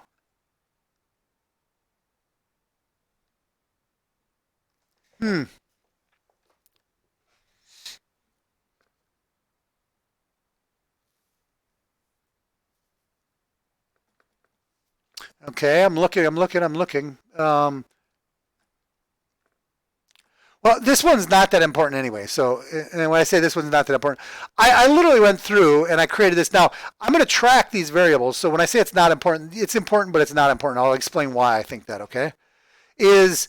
I went through here and I calculated all these and blah, blah, blah, blah, blah, and blah, blah, blah. This is flow rate of the gas that's coming into it, and the gas efficiency. I estimated something in the V1 cycle time. So I was trying to estimate for the gas what would be the volume of the gas cycle time, the water purge, blah blah blah. And I kind of did this portion here, right? Down to here, you can kind of see, and then I added some more things on the bottom. But then I copied this and I said, oh, so for 2 inches of A is 2 inches, B is 1 inch, and C is 1/8 inch, okay? Then I said, well, what if it's 2 inch, 1 inch, 1/4 inch? And then if you went to 2 inch, 1 inch, 3/8 inch, what happens is the 3/8 inch is too big to go inside of a 1 inch, so it had problems. You see here, I got a field like I had to add called pipe check. And if you get the word error in here, it's potentially a bad design, okay? Potentially, you have to check it, okay? So I was trying to go through is like, what are all the types of configurations I can design in this system, right? So I could do a 2 by 1 by 1/8, 2 by 1 by 1/4. Oh, then you have to go 3 by 3/4 by 1/4, 3 by 1 by 1/4, 3 by 1 by 3/8. Then after that, you could go 3 by 1.5 by 1/4, 3 by 1.5 by 3/8. These are all of the, we'll call these, each one of these we'll call a model, okay? This is every combination. And you see the pipe geometry is such that these are all working models, right? 3 by 1/4, 1.5 by 1/4, you know, blah, blah, blah. And I literally was going through defining every combination, okay? And the reason this one's still in here with an error is that I manually kind of went in and I determined, oh, this could be designed, you know, actually, right?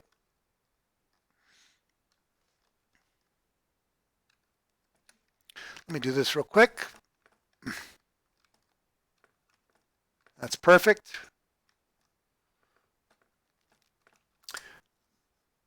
So the reason I'm doing this, I want to show you something.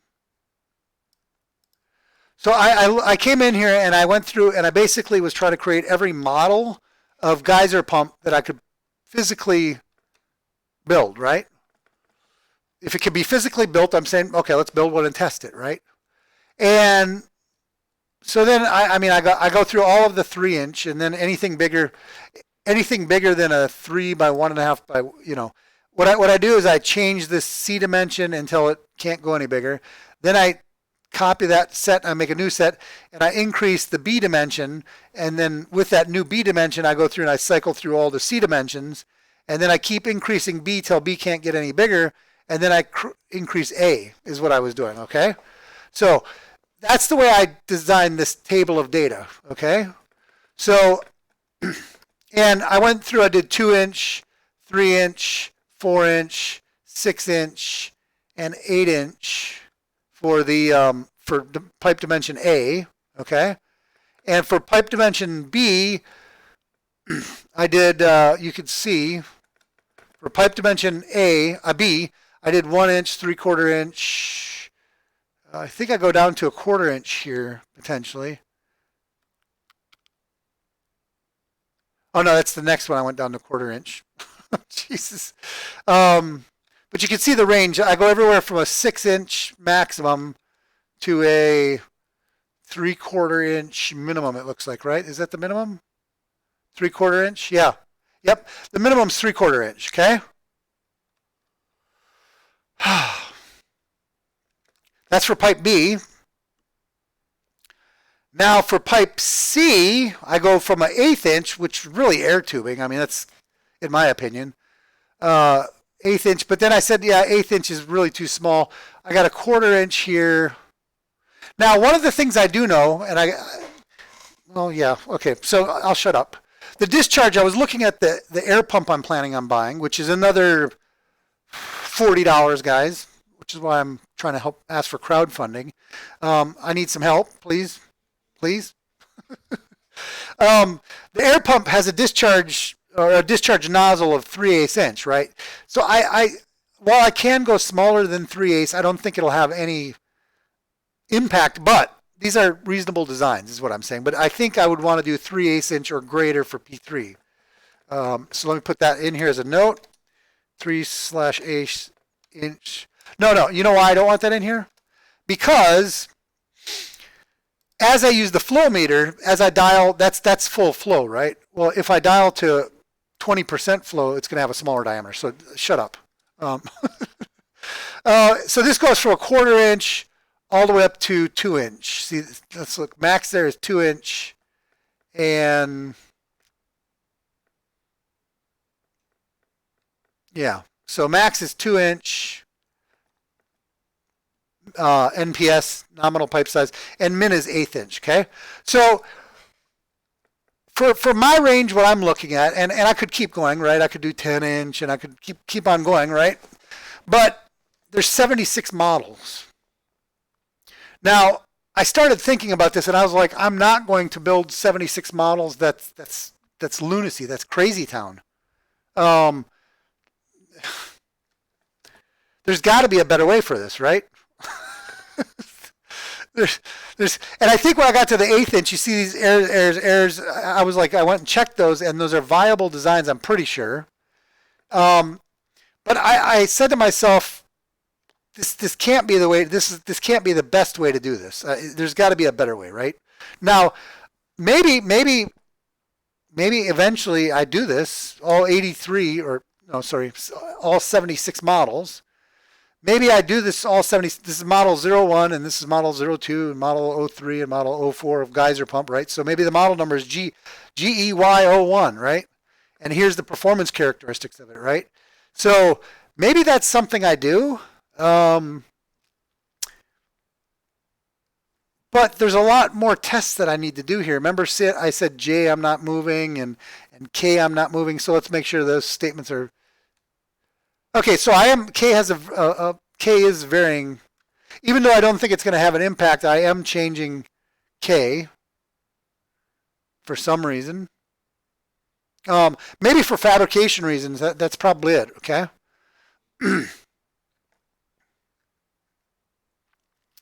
And I'm pretty sure I wanted to, or maybe somewhere I was tracking A1 versus A2, which is the ratio of the two areas. I thought I was tracking that as well, or maybe I just thought I was going to. Oh, dear God, that's right. Jeez, totally forgot. So this is, I did all this, and I said to myself, oh my God, you can't do that. I'm not going to do 76 tests, right? So I came in here, and then I said, what am I thinking, right? Tall, skinny versus fat and short. Is there again, I don't thinking through this again, I don't think that changes anything, right? To maximize, we need to determine time of slug to rise to top. That should be cycle time, right? And I said X equal 3 seconds. So I'm trying to guess cycle times. I went and I literally downloaded a, where would that be? Let me find it for you real quick. Well, no, I'm not going to do it. I'm not going to do it. I'm going to stay focused because this is going to be way too long anyway. I went and I downloaded an article on bubble velocities in water, okay? And it was a rigorous article written by, was it by a university? It doesn't matter. It was a rigorous article, and I know it's rigorous. And it really did a fluid flow calculation of how bubbles are formed and how big of bubbles are formed and how fast they go through water, okay? So this cycle time needs to be nearly the same for all pipes since it's based on buoyancy. Wetted circumference doesn't change. I'm not exactly sure I understand what I'm saying there, but it was a comment I made. Need enough air to fill pipe P2, right, which is the liquid pipe, with slug that is X equal 3 pipe diameters in length. So these were design parameters I started coming to, okay? Because I got so many models up here. I'm saying this isn't going to work. I can't build all of these. I mean, this would be like I would spend a year just building all these freaking geyser pumps, right? So I kind of stopped doing more stuff up here, and I kind of came down here, and I said, let me do some stuff down here, okay? So I don't want to go through all these variables. You can kind of see them, but rather than doing a brute force, what's every model of geyser pump that I could possibly do, I tried to do it in a different way where I said, well, let me have this thing called slug length, which is specified in pipe diameters, okay? So slug length is an important field, and time to reach the outlet is an important field, okay? Upward bubble velocities. So based on that article I saw, centimeters per second, I'm saying the minimum I should be expecting is 40 centimeters per second, because it's not an exact science, just so we're clear, guys, because if you have bubbles coming up with not inside of a pipe, or they're inside of a pipe, they're going to be different, if you understand what I'm saying. And this is something I actually have to measure, is when I first do my first test, I'm going to measure the velocities, come and update all these and recalculate. That'll help me with my future designs, if you understand that. So this is going to be an iterative process, right? So distance to the surface of the, so this was another way to do it. Instead of doing brute force shotgun method, where I got to do every design and I'm just shooting stuff out at random, I decided, well, let's try a different way to whittle my designs down, right? That's the first thing I said. Now, so I got distance to the surface of the water. I got distance to the eject the water, which is where the water is discharged, right? I'm tracking a value called upward bubble velocity in centimeters per second. Time to reach the outlet is nothing more than the distance divided by the upward bubble velocity. Now, I don't think that calc's wrong, actually, because the 166, I think, is... Okay, that is right. That's right. See, I did separate formulas here. I just said it's the 70% design rule for optimal design is what I said here. So I was doing kind of a lift pump design for my geyser pump as a first pass, right? And then we'll change these distances and see what the performance is, right? So that's correct. I thought it was wrong, but it's not. So flow rate VG dot, okay, is hard coded. So for all of these tests, I was saying give me 15 liters per minute. It's not liters per second, it was liters per minute. And my pump that I'm planning on buying does 60, okay? So I'm going to, for these studies, I'm going to do one set like that of 15, see how it performs, and then I could do another set of tests. Once I have the models built, I can then increase that and see how the cycle time affects each one, right? The slug length was an assumed value, right? I'm going to vary from 3 to 6 for slug length, okay? You see here 3, 3, 4, 4, 5, 5, 6, 6. So I don't know how long a slug is inside of a pipe. When the siphon cycle triggers, it puts a slug of air inside a pipe. How big is that slug, right? Well, I think it's a function of pipe diameters, right? And so I said 3 pipe diameters, 4 pipe diameters, 5 pipe diameters, and 6 pipe diameters is how big the slug is, right? Now, pipe inside diameter, this is a goal seek target, okay? So bubbles require cubic inches per second. Knowing the slug length and knowing the pipe diameter and knowing the time for the slug to reach the outlet, I can calculate how many cubic inches per second of air is needed, right? Bubbles require this much air is needed. If I have to think about it, I'm going to put an additional note. So maybe next time I don't have to. This much air is needed. Bubbles require that many cubic inches of air per hour, per inches cubed per second, okay? Now, one of the things I didn't think about, but then I actually went back, because it does, is there's a bubble compression, okay? And you say, what is it? I used the ideal gas law, and I came up with this formula, okay? And what I said here was that as you pump 12 times 2.54, you have atmospheric pressure, right?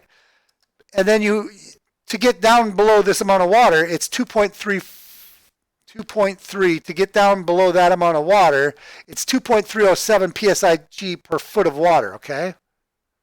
You got to understand what I'm saying there, right? 2.307 psig per foot of water is how much pressure each foot of water has. Now 2.54, why did I use 2.54 feet of water? I'll have to look into that. But I'll have to re-examine this formula.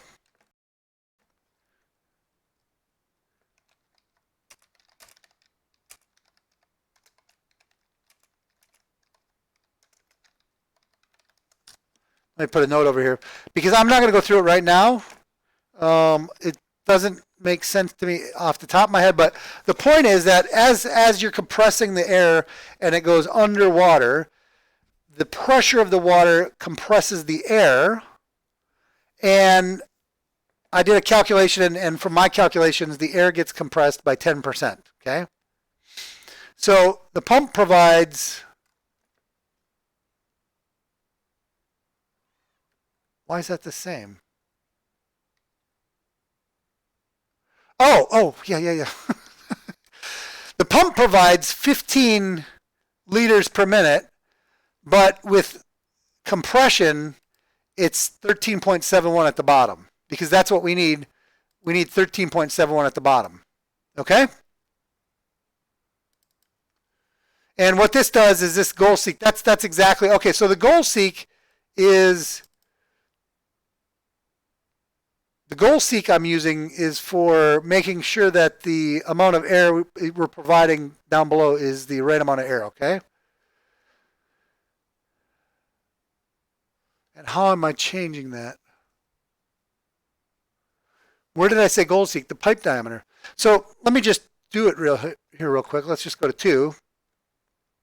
Goal seek to 0. Alt-TG set that to 0 by changing the pipe diameter, right? Oh, I know why. Okay, because I'm saying okay, yes.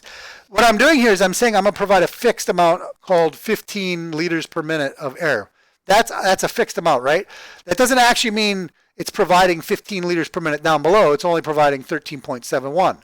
Now, with all these other parameters, I can calculate what the actual pipe diameter needs to be, inside diameter. I can goal seek it so that my pressure down below is correct, okay?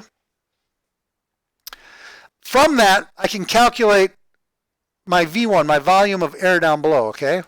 So, and what I found kind of interesting here is the volume of air down below it alternates. You see that? All of the 40s, the upward bubble velocities, which kind of makes sense, right? What this tells me is, but I'm changing pipe diameters. I haven't looked through all this yet. But what it tells me is that the 40 centimeter per second bubble velocities have the same cycle times, and the 60 centimeter per second bubble velocities have the same cycle times, even though we're changing pipe diameters, right? So, kind of strange, right? But it is what it is. So, where were we? We were down here to volume, and then H, I was able to calculate. So what I'm trying to do is I'm trying to find a different way to calculate geyser pumps that I will build. That's a reasonable number of geyser pumps to build, reasonable number, that will prove different concepts for me, okay? So I got a V1, I got a H. From this, I can calculate. You see, I put my table of data over here. And from this table of data, I did kind of I said to myself, well, let's do 6-inch. I want to do bigger versions, right? Based on the data I was seeing, I said, let's do bigger versions.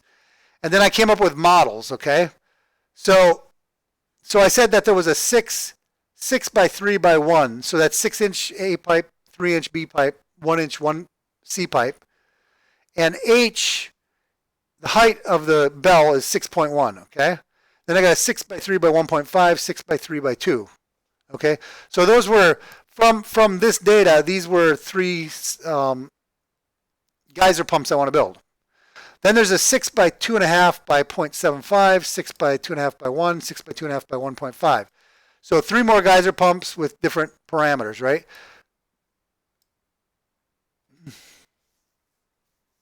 Okay, this one changes. Do I really need to build this one? I have to come through. I have a lot of work. I have a lot of thinking to do. I don't think I need to build this one. You know why? Because all this is doing is changing the H. But by changing the H, what you're doing is changing the cycle time, right? I don't think this is valid because while it is valid for the upward bubble velocity, I don't need to vary that because what I can literally do is change my flow velocity. That's a lot easier for me to take my flow meter and change from 15 to 20 to 25 and read the new numbers. That's a lot easier, right? Because all H don't need to do this. Jeez.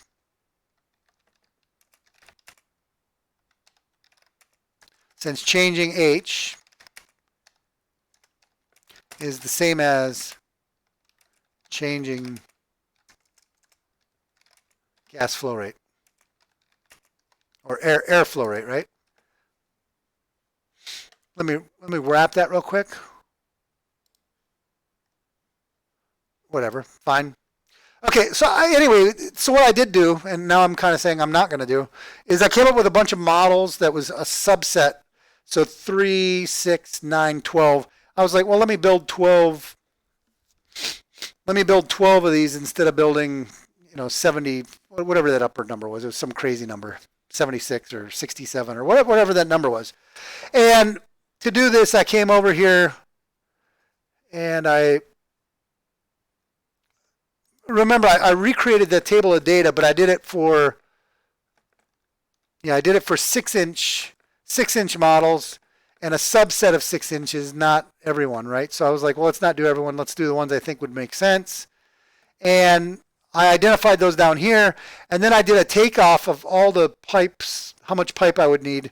And so this was the material takeoff of all the pipe I need. So I could go to the store, print this out, go to the store and buy all this stuff, right? But now I know it's all wrong. So, yeah. Okay. So after I did this, and we're just about ready to wrap up, guys. When I say about ready to wrap up, it's going to be a little while yet, but we're getting close. So this was my takeoff for all of these designs that I was planning on doing, which now I know they're wrong. So I said to myself, come on, where are we? Hold up. I said to myself, well, let's see what that would look like, okay? What does that actually look like? So I came in here and I started drawing like overhead pictures, okay? And I don't remember the exact lineage of all of these pictures, but we could just look at how crazy I start thinking. Okay, so you can see, and these are all to dimension, by the way. So you can see this is an 8-inch pipe, and inside of the 8-inch pipe, I said, well, what if we put a 3-inch pipe? And then, oh, that wasn't big enough. What if we put another 3-inch pipe? So literally, I'm thinking about having, these are liquid pipes, right? And this pipe here is the siphon, the siphon pipe. Okay, so the big one is the bell. The next size are the liquid pipes, and the smallest are the siphon pipes. So I started saying to myself, what if I did an 8-inch bell? Oh, you could fit two 3.5. What is 3.5? That's a 3-inch pipe. Yes, that's a 3-inch pipe. Sorry, that's the outside diameter. Yeah. That makes sense to me. So you could fit two 3-inch pipes in here, and you could fit looks to be a 1.5-inch pipe. So I'm trying to maximize the amount of liquid pipe to bell ratio, right? I'm trying to maximize that. Playing around with it, right? And I didn't do any calcs. I was just literally looking at it from a scale standpoint, right? Then I said to myself, okay, well, that's nice. And what was this one? No, that's a copy. That isn't one. Let me kill that. That's a copy. These are just extra pipes. Getting rid of, maybe that one wasn't. Yeah, that one wasn't maybe. Next one I played with was like this one. And I said, well, what if it was a 6-inch pipe? See over here it says 6-inch, 6.03. So this is actual dimension. That's the ID. That's the OD of a 6-inch pipe. And then these are 3-inch pipes. That's a 3-inch pipe. And this is looks to be maybe a 1-inch pipe. And these are 1.5-inch pipes, okay? So I was like, oh, you could fit a 3-inch pipe. Inside of a 6-inch pipe, you can fit a 3-inch pipe, and you can fit a 2 1.5-inch pipes with, you know, different siphon pipes on them, right? And again, so I started kind of playing around, and it's going to get really complicated, right? So then I played with another, what is this one? Oh, yeah. Okay, so this shows an evolution, an important evolution, okay? From here to here, watch this. This was a very important evolution I had. No, I didn't want that. I wanted this. From there to there was a very important evolution for me, and I think it's going to be a critically important evolution. Is the designs have that U-shaped, have this U-shaped piece, right? With all the dimensions I have, it has this U-shaped piece, right? So as I was laying these out, this is how I think. As I was laying these out, and this may be an invention now, so if it is, I claim the invention right now. Maybe I can file a patent for this. If this is the idea, I'm claiming the patent as I make this video. So I started playing around with this, and I said to myself, why does the siphon tube have to be inside of the bell, right? Because if you look at these drawings, a big part of the congestion in here is the siphon tubes, right? So I was like, well, what if the siphon tube was outside of the bell? And that's exactly what this represented. That's why I was deleting that other one. And when I look at this one and I look at this, it reminds me of my concept, okay? So then I was like, what if the siphon tube can be outside of the bell? So that design led to, I love this, by the way. I love going through this. And if anybody has any additional ideas, other than calling me crazy, please contribute to my new invention. But we'll call this the octopus.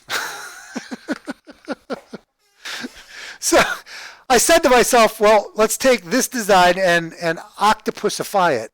Octopusify it. That's a cool ass word, by the way. Octopusify. Okay? Octopusify.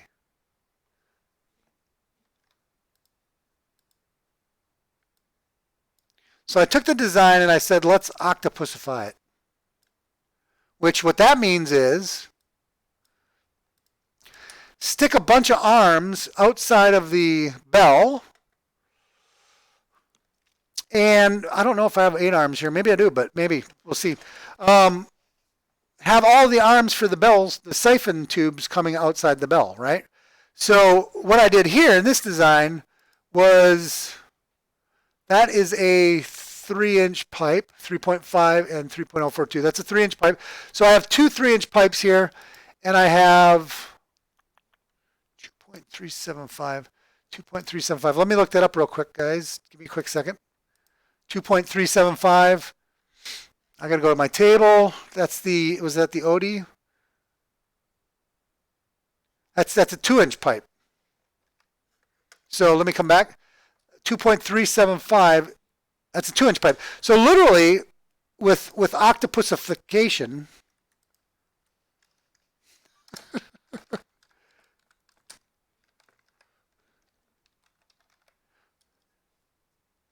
octopusification.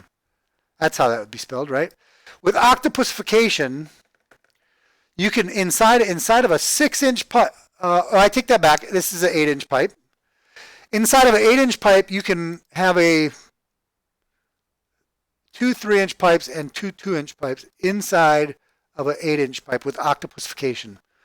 So, but then I had to change my design. So the way this works, guys, is you see these inlets. These are the inlets to the siphon pipes, okay?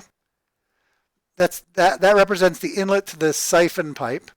And you notice I moved it up a little. It's not centered, so it's tangential, kind of tangential to the bell. So the air from the bell, when it starts filling the bell, it's going to be pushing here, through here, and then pushing down in this pipe, okay? Down in this pipe. Likewise, the air from the bell is also going to be pushing. Now, I also have another design option that I want to talk about real briefly, and I'm going to put it on here so I can claim it as part of my invention as well. Okay? And this is live documentation of my invention if it doesn't already exist. But you see the connection from the bell to the second branch of the octopusification system is tangential also. It's not centered as well, because the reason I'm doing this is if you put it in the center here, it's going to restrict the flow of the air into the pipe, right? So you shift it off center, and then so air fills the bell. Think about this from the top down view. Air is filling. Now let me show you what this looks like from the side, okay? Now when I say you're only looking at one branch of this, okay? This is one branch of. I currently have two branches in here, right? This represents one branch of two. So the bigger the 3-inch one is represented by this one time, and then the smaller one, the 2-inch one, it's going to have another one of these, okay? And then the two branches I'm envisioning would be connected together down below, okay? And that's what this represents. This represents connecting the branches on the lowest plane, okay? That's what that represents. So as the air, you notice the difference here. There is no more dimension E. So let me get rid of dimension E. There's no more dimension E. I kept F in here because now F can be played with. I'm defining F from the top inside of the bell to some dimension above, and F can be positive or negative again, right? As we tested before. So my new concept here is to have the siphon tube outside of the bell. So you're going to connect it like this. It's going to be outside. The siphon tube is not inside the bell. It is not inside the bell. That's the key difference between the current invention and mine, I think, is my siphon tube is outside of the bell. Okay? And what you see here, even though I show the lines, come on, really? Really? Even though I show the lines protruding in, they're actually going to be right there, okay? So they're not going to go inside the bell. They are going to touch the bell and be sealed to the bell, but not inside the bell. So the standard design that I've seen uses siphons that are inside of the bell. Mine are external to the bell. Okay? So if we think about this, the same effect is going to occur is as air is pumped into the top, whether you do it through a nipple on the top or you come, like I said, with a air pipe from the below and you have it so it's putting the air to the top again still, right? It doesn't make a difference to me. And I don't even need my air hose to be to the top, I don't think. I think my air hose could be connected anywhere on the bell because the air bubbles will go to the top and it's going to fill the bell, right?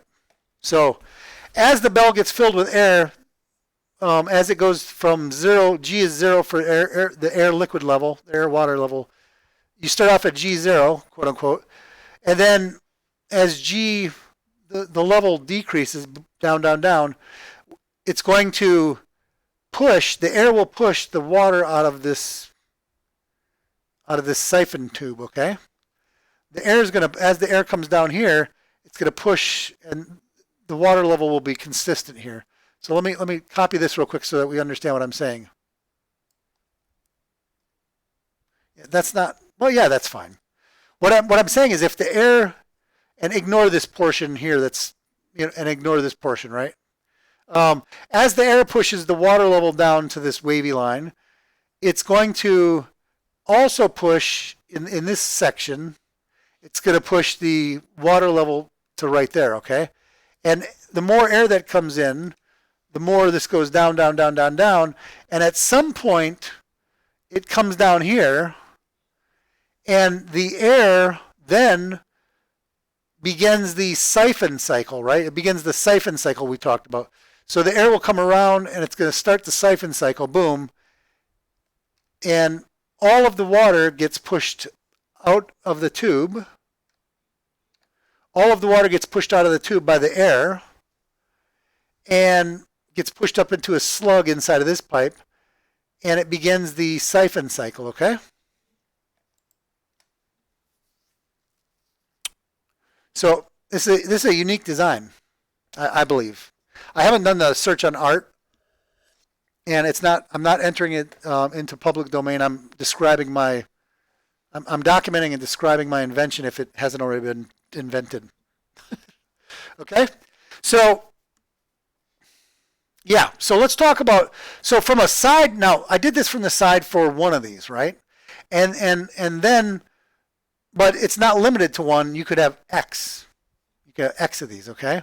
So when I was looking at this from the overhead, I said to myself, imagine that for the larger connection here, we come off, it goes down into the page. You have a T on the bottom plane. You go into a T. Now, I don't show the T. You see the dashed lines. They're not represented correctly here. It's actually larger diameter down below here. But wherever you put the T is not, what do I say? It's not relevant or it's not required. Somewhere you're going to branch. You may have one or more branches, right? So at some point I can branch to a smaller pipe that this bigger pipe will supply the air to 2 or more connections, right? And then those 2 or more connections can then supply the siphon requirements for this 3-inch pipe and this 3-inch pipe. And these pipes, you could have X number of pipes in here, right? You could have Y number of T's, you can have, you know what I mean, elbows. The geometry is not specific here. What I'm saying is you come outside of the bell. The fact is you come outside of the bell, you can then configure this in whatever manner you need to provide one or more water pipes with the siphon connections. Okay?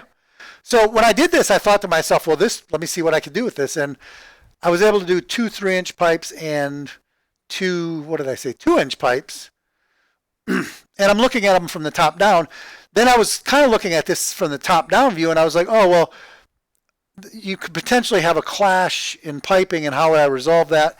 And it was actually resolved fairly easily.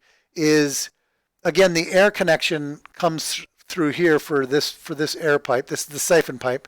The air comes here. Now, it could come over here. The exact location of where it comes out of the bell from is not specified by this drawing. It could be any place, right? But it's coming outside of the bell. It flows, same as this one does, it flows down some distance. It's going to branch into 1 or more connections. And ultimately, you see what I've done here is I put it inside. It could be either inside or outside of this other connection. It doesn't have to be on the inside, right? But you can see that it goes down and it establishes these pipes at the exact same upper plane as this pipe is, these pipes. So, because it's inside, right? So what I'm trying to say is, from a side view, these pipes here, let me draw it like this, and then I'm going to do a smaller pipe, hopefully. Yeah. What I'm trying to say is that these headers, we'll call them headers on the bottom, and this we'll call this segment here a header as well, that the tops of those headers are the same. Because if the tops of those headers are the same, that's going to cause the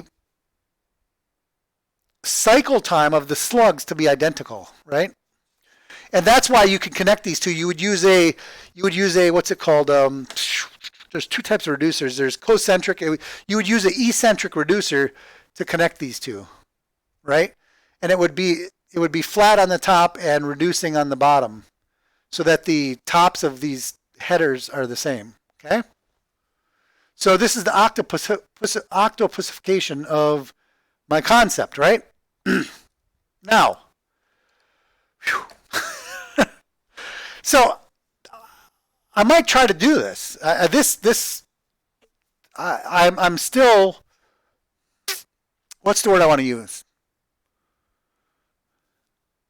I looked at this and I said, that's really cool. But it's really complicated. So the next alternative to this that I thought about was, and this is where I come back. The next alternative, or the next iteration, no, not that. I want this. And this is what pertains to my invention, I guess, if this is an invention, is from this, I did this, I was doing this, and as I was doing this, I copied what I understand the traditional geyser pump to be. I made a copy of it, and then I added my modifications to it, right? So I took what is described as a standard geyser pump and I made modifications to it. Now, when I did that, I said, well, you could have one or more of these branches, right? You're not limited to one branch, and you're not limited to one liquid pipe, right? And that's how I came up with that's how I octopusified the design, okay? So when I did that, I also then looked at this and I said, dear God, help me. This is complicated. So as my brain always does, it says, well, why don't you look at simplification, right? So I took my unique design that I think I'm coming up with, and I said, let's keep the same unique design concept of octopusification and do what I'm going to call is simplification, right? And what I've done here was I said to myself, what if, now you'll see that this is a 6-inch pipe, okay? What if I octopusify, but as I said, I'm not requiring, this could be 1 to 1, let me make a note real quick. This could be 1 to X, okay? And then down here, again, you're going to have a header connection, okay? That's what I want to represent here real quick. And I'm going to draw it smaller.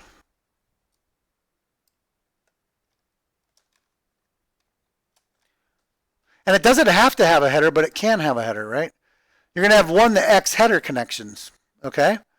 So, and again, it doesn't have to have a header. It can have a header. It's not a requirement. But you could have 1 to X header connections as well. So, actually, it could have 0 to X header connections. I didn't even look at that. Because my new design has 0 header connections. Okay. Yeah. Typically, the header connections would be the number of top connections, or the number of headers minus 1 would be the number of header connections, typically. But it could be less than that, too, for various reasons. So, this was way complicated. This was way too complicated. So I said to myself, what if I simplify it? I came in, I said, let's simplify it, and I came up with this concept. It's the same. It's not a geyser pump. It's something different than a geyser pump, I believe. It's an octopusified geyser pump, or we'll call it a crypto pump. That's what we're going to call this. I believe we will call this the crypto pump. CryptoPonics pump. That's the first name that I'm going to refer to this as. If it's not been invented already, I'm calling this, because I don't believe it has, I'm going to call this the CryptoPonics pump. And we'll put it here. Yeah, it's represented by this, okay? It's actually the first representation, the first iteration, and this was done yesterday. Today is the 21st of November. This concept was actually derived by me yesterday, the 20th. Was when I drew this. And this was kind of a funny, it's funny I kept these steps, but that's just how I work, right? So anyway, this concept is a simplification of it, and I'm saying I could take a 6-inch pipe, and inside of that I could have a 4-inch pipe, and inside of that I can have so pipe 1 is 6-inch, pipe 2, the bell is 6-inch, the liquid pipe is 4-inch, and the siphon pipe is, I think that's 1.5-inch pipe. Let me look it up real quick. But again, these pipe sizes are not critical to the idea, because they can be scaled in the iterations. They can be, let me look at this real quick. What size was that? Was that 1.9? Yeah, 1.9 is 1.5 inch pipe, PVC. So in this example, this is merely an example of it. The outer pipe dimension that I still got to do some calculations on this, just so we're clear. I haven't come up with this as my final design, but I would much rather build something like this than this. This is pretty ugly. Now, this might actually be a lot more efficient than this. Who knows, right? The only way you know is by building them and testing them, right? So, but I would rather build this. And you see, this morning I actually was coming in here and I was saying, oh, what's that distance there? That's 3/4 of an inch roughly. So I was trying to think to myself, how am I going to keep that equally spaced around? I'm going to have to build 0.75-inch wedges of some sort or something. And then I'm going to have to measure this. I didn't even get into this next dimension. You know what I mean? So I was still working this. The reason I started this video is because Bitcoin was tanking. And we'll go back and look at the crypto update in a few minutes. As we wrap this up, we'll do a crypto update before we log off, right? But so, what's the word I want to use? Excuse me, sorry about that. Again, these dimensions are not the actual dimensions of anything. It's the concept more than anything. And I have to go through and calculate and test. But the reason I want to do this is I don't want to test 67 or let me look how many I had again. When I did the brute force shotgunning method, I came up with 76 models, right? And obviously you can go infinite. You could just keep increasing your pipe size and keep getting bigger and bigger with that, right? That was way too many. I realized that, that was overwhelming. So then I reduced it down to a subset of what I thought would be, what did I say, 1, 2, 3, 4, 5, 6, 7, 8, 9, 10, 11, 12.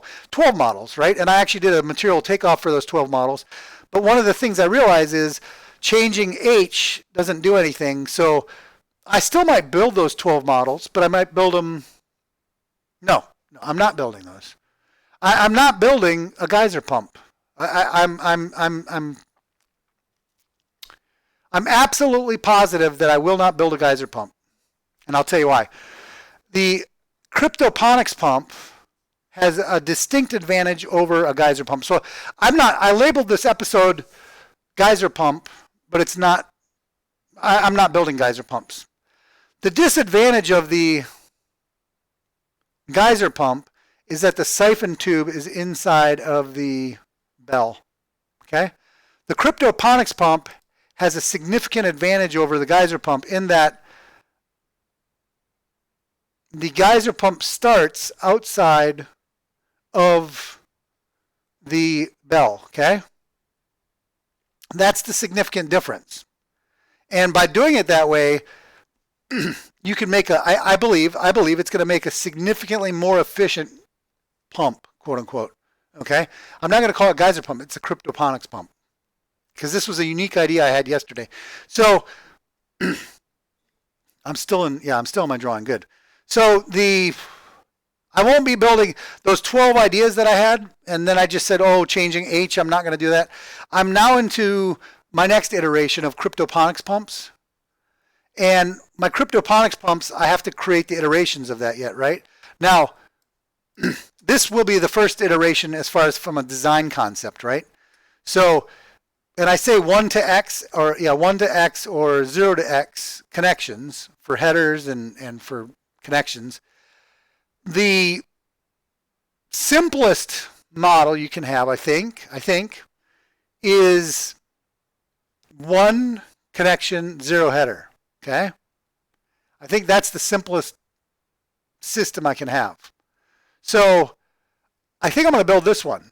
And I say this one. I'm not sure, not these exact dimensions. This might be the one with exact dimensions I build, but it might not be, right? I have to figure out the flow areas and the bell and the cycle time and I got to do lots of calculations for this model, okay? Then I might change models. I might make, I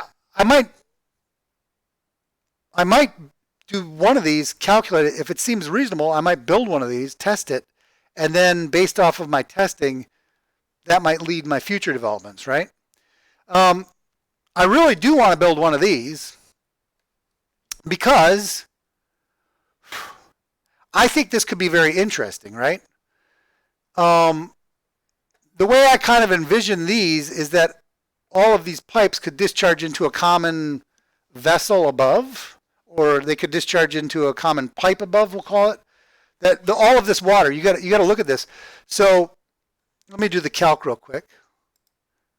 Let me switch over to Excel just so you guys can see what I'm doing. Is what I want to do. Come on. Okay, this is my slogan. I'll delete it. I had no.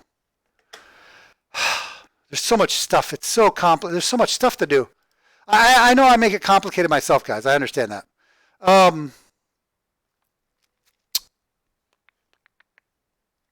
Equal. What I'm trying to do is equal. Let's just do this. I got to get this done.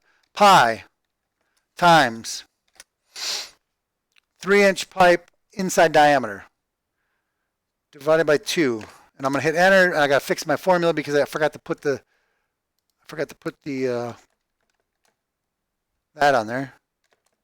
I know you can do pi d squared over 4. I understand that. But I'm pi r squared, right? Right. Pi r squared 2 times. I had 2 3-inch pipes, right? Now this, I forgot to name those cells. I totally forgot about that. 2 times pi 2-inch r radius squared. So that's a 2 3-inch pipes and 2 2-inch pipes, right? And plus that, okay? So with an 8-inch pipe, I get 21 square inches equals, now the way you got to do this is what, let's get this right. Let me get it right from the beginning, equal 2 times, open parenthesis. Well, if that's the area, it's equal to that. I'm going to calculate the equivalent diameter of the pipe. Equal that divided by pi, right? And then I have to take the square root of that. So it's the 0.5 power.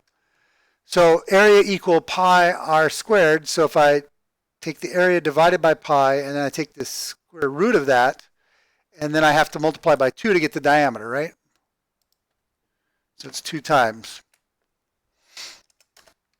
Okay, that's the equivalent of a 5.18-inch pipe, right? That's that equivalent. Now, and the reason I say this is the more flow area you get, the more flow you get, right? In my opinion. I have theories to test about this, right? So my next design was a 4-inch pipe, right? And we can see right there off the bat. Look at. So, and that's exactly why I did that. The 4-inch pipe, well, how can that be? Duh. Okay, so my okay, yeah. So it's not right. Okay, so a 4-inch pipe has the equivalent diameter of a 4-inch pipe. So that answers that question, right? So this is here. This was a 6-inch. So the 6-inch pipe. The 6-inch bell, this is the bell. The 6-inch bell or 8-inch bell, I can fit it graphically, and when I say graphically, when I looked at it graphically, I just kind of approximated, and I have to do calculations and stuff yet, but I approximated that I would be able to get a 4-inch pipe inside of a 6-inch bell, right? And so I did everything kind of visually. Well, that gets me 4-inch pipe equivalent to flow area, right? When I did the 8-inch bell, I'm calculating that I can get the equivalent of 5.18-inch pipe diameter inside of there, okay? So this is why I'm going to delete that just so I don't pollute this and I confuse myself. And I'll switch back to, one of the things I got to start doing is that, and then go like this.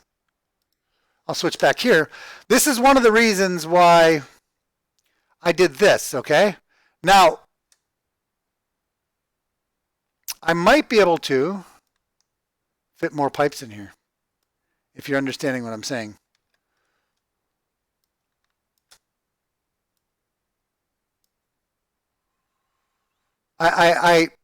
So instead of 5 inches, I mean, right now this is saying, oh, this thing has the equivalent of 5. The more inch diameter of liquid pipe I have, B, the more that's going to flow out of here. There's no question about that. So now you don't always need more to flow out. You need a certain amount to flow out, right? So that's where each design comes in uniquely, right?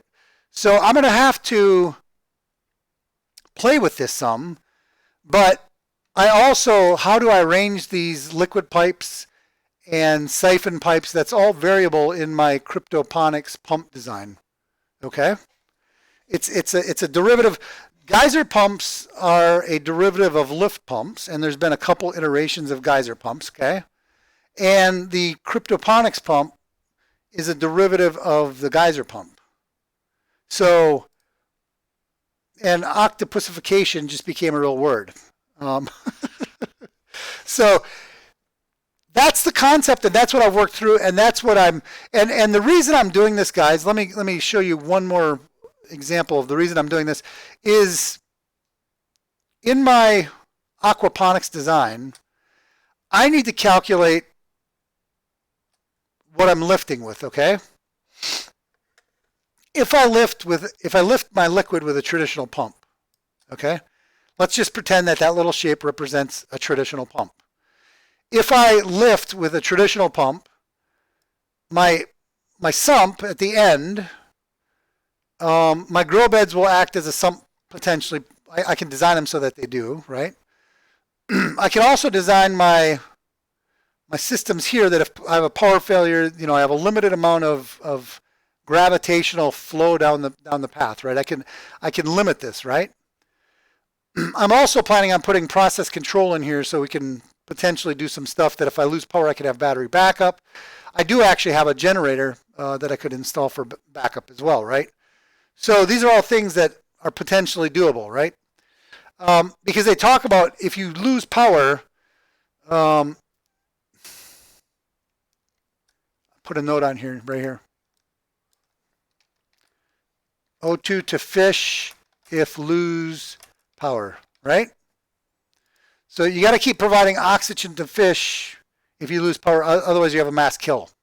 So I'm glad I did that, right? So the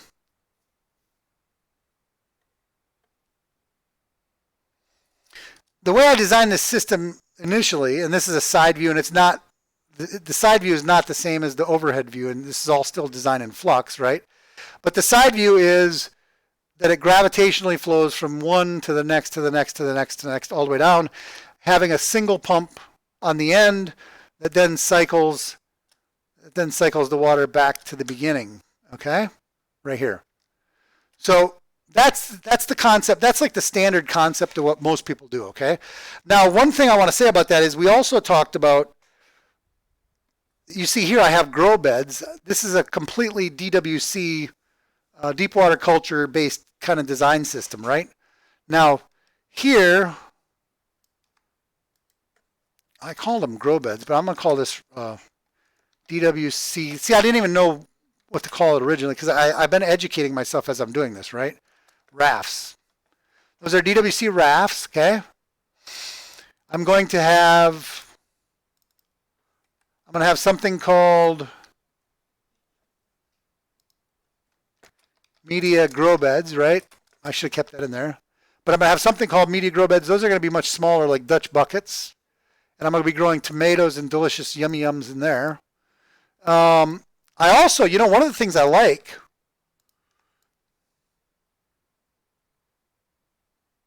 oh my God, I just thought of another cool freaking idea. Yes. Yes. Okay, so I'm going to have media grow beds, right? What was the third one? NFT. So NFT is a, I want to draw it more like this, right? Although it doesn't have to be, come on, whatever. And then it draws that monster freaking circle. Let me see if I can copy one from somewhere. Make sure it's copied. NFT is a circle that you put net pots in, right? So we'll just represent that like this, this. I'm going to have some, again, it's the line weighting, and I don't feel like changing the properties. Like that. And we'll call that my net, what do they call net pots? Okay. So NFT is a circular type pipe or something like that with net pots in that you trickle a small amount of liquid on the bottom, right?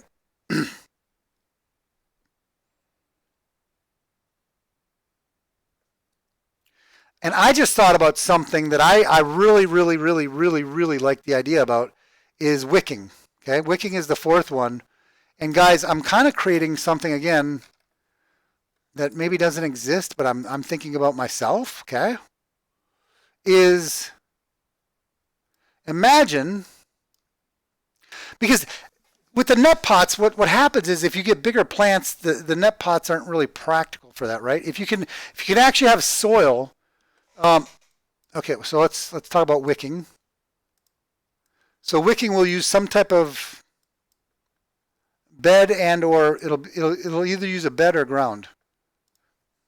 Wicking in bed, in a bed, or on ground, right? That's what I understand, and again, I'm not the authority on this, but that's what I understand wicking to be, okay? And what you do is you put your nutrient-rich water on the outer edges of it, okay? And the advantage of wicking, like you can plant potatoes in here, and if this is sloped properly and stuff, it just uptakes a little bit of water, and it wicks it into the soil. These are actual, you're using soil. So this isn't true aquaponics here, but it's to grow certain vegetables. I think you have to kind of do this, right? So, or you don't have to, but it's advised to. Now, I just thought of another type of wicking that I'm going to claim an invention on again, is pipe and pipe. We'll call this, I'm going to call this CryptoPonics wicking. Dear God, I'm just full of ideas. CryptoPonics wicking device. And the way you construct a CryptoPonics wicking device, and again, I'm claiming art to this, unless it exists, unless prior art does exist, is, hello?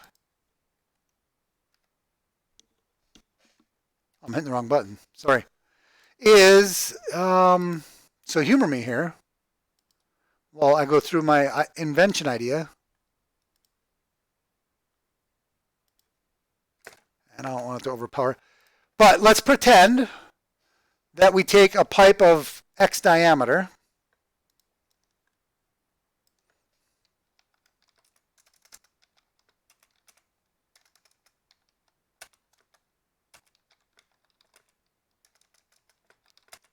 Where a pipe doesn't have to be closed. Circular, closed, circular or closed, right? Okay, so we're going to take a pipe of X diameter where pipe, quote unquote, right? Where pipe doesn't have to be circular or closed. And, or it might be.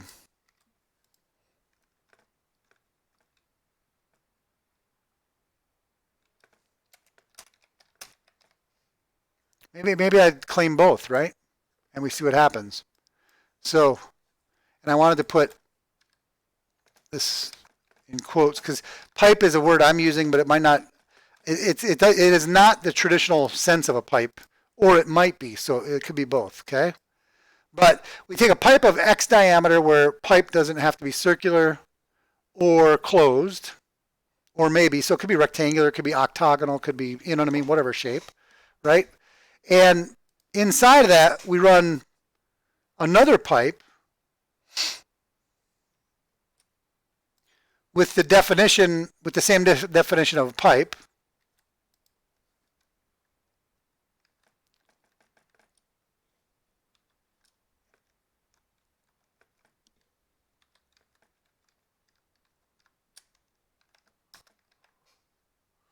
So we'll call that pipe 2. Okay.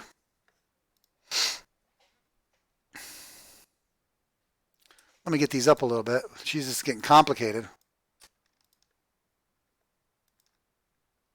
Hello. Click there, click here. Come on, whatever. Select that stuff. Let's move it up. I want to get it. Jesus. Okay. Oh, there was only one thing there. That's right.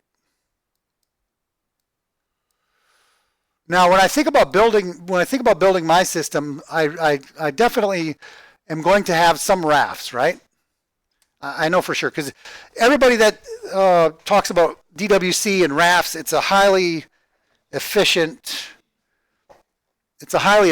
way to grow greens. Okay, microgreens, lettuce, microgreens, all that type of stuff. Rafts is the way to go, okay? Then, from the research I've done, and I think I'm going to have some media grow beds. I talked about the Hydroton, and that's to support this. Now, how much of which stuff do I have? That's kind of what I'm struggling with, right?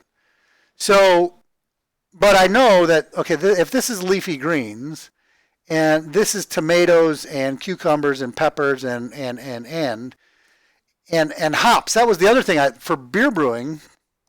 For beer brewing, I found out you can actually grow hops in media beds, okay? For beer brewing, so you can grow different hops. I can grow my own beer brewing hops now, which would be really awesome. So that ties in with the beer brewing as well, right? Imagine you grow your own hops. How awesome that be. That beer would taste so good with absolutely fresh hops. So we got the DWC rafts for our lettuces and leafy greens. We have media grow beds for tomatoes, cucumbers, peppers, eggplant, blah, blah, blah, blah, blah. We have NFT for some things. I'm not even sure what grows good in NFT, and I say that sincerely. I'm not sure. The problem with NFT, what I've seen is the roots come down in here, and if it gets too much down here, it'll plug the bottom, right? So that's the problem with NFT systems. So, but I don't know if I need NFT. I like the concept of NFT though. I love the concept of NFT. Okay. But then I also need some wicking, right? Now, so I'm also going to say, or 5-gallon bucket. So the reason I say wicking in a bed or on the ground or 5-gallon bucket, there's a guy I watched that did hydroponics, and he took a 5-gallon bucket. He stuck potatoes in there. He tells you exactly how to do it. He drills holes in it, blah, blah, blah. He waters it with hydroponic nutrient mixtures, right? And he grows potatoes like crazy. Okay? Now, he waters it just with standard water, right? So maybe he doesn't even do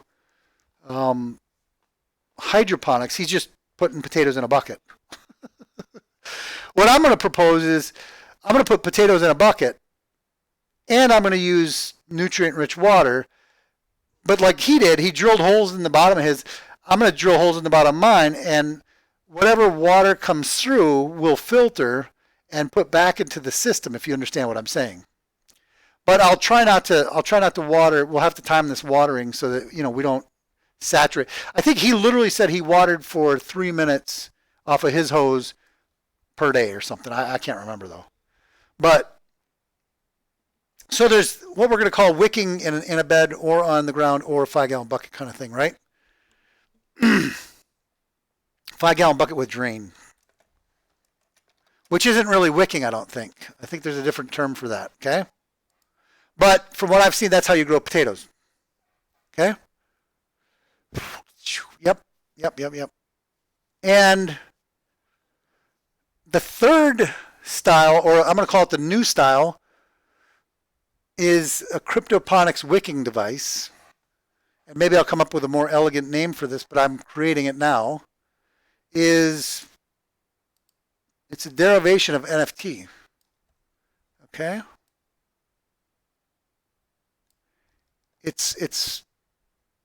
Now what were we going to say? It's a derivation of an NFT device. Definitely. Same way that I changed the geyser pump, I'm changing the NFT device. And if this has not been entered in the prior art, I'm claiming it as a new invention, quote unquote. So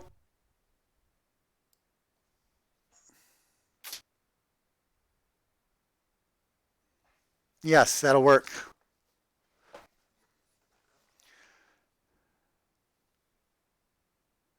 So what I would do is the CryptoPonics wicking device is you take a pipe again of X diameter where pipe doesn't have to be circular or closed or maybe. That's pipe 1. And pipe 1 has the soil in it, has dirt in it, okay? And then, yeah, this is not a claimable device. Because as I sit and I think about this, you know what I want to do? I'm going to take gutter. My NFT device isn't going to be an NFT device. The reason I'm thinking about this, and I'll have to compare, okay, I know I'm going to do this in gutter. I'm almost positive gutter is cheaper. As I think about this, this is not a claimable device. I'm certain it isn't. But if you take your pipe, you have your holes in your pipe, you run another pipe inside of it. Well, yeah, you run another pipe inside of it. You literally mount this pipe into place, okay? So imagine you took this.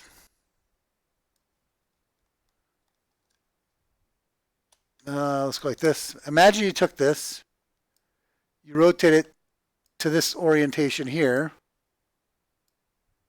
Okay, so that this inner pipe is on the bottom.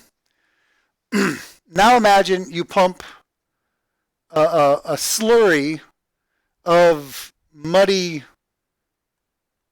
soil. Let's call it loam, kind of loamy, muddy soil in here, right? Now this pipe would have to have some holes drilled in it, really small micro holes. Okay, real small holes. I mean, really small holes. So you have wherever you have an opening in your pipe, or along the entire length, if it's not closed. You drill micro holes all along the length of the pipe in these portions. You fill it with dirt, and then you rotate it to this position, and this is the opening. This doesn't represent a cup. This represents an opening in the.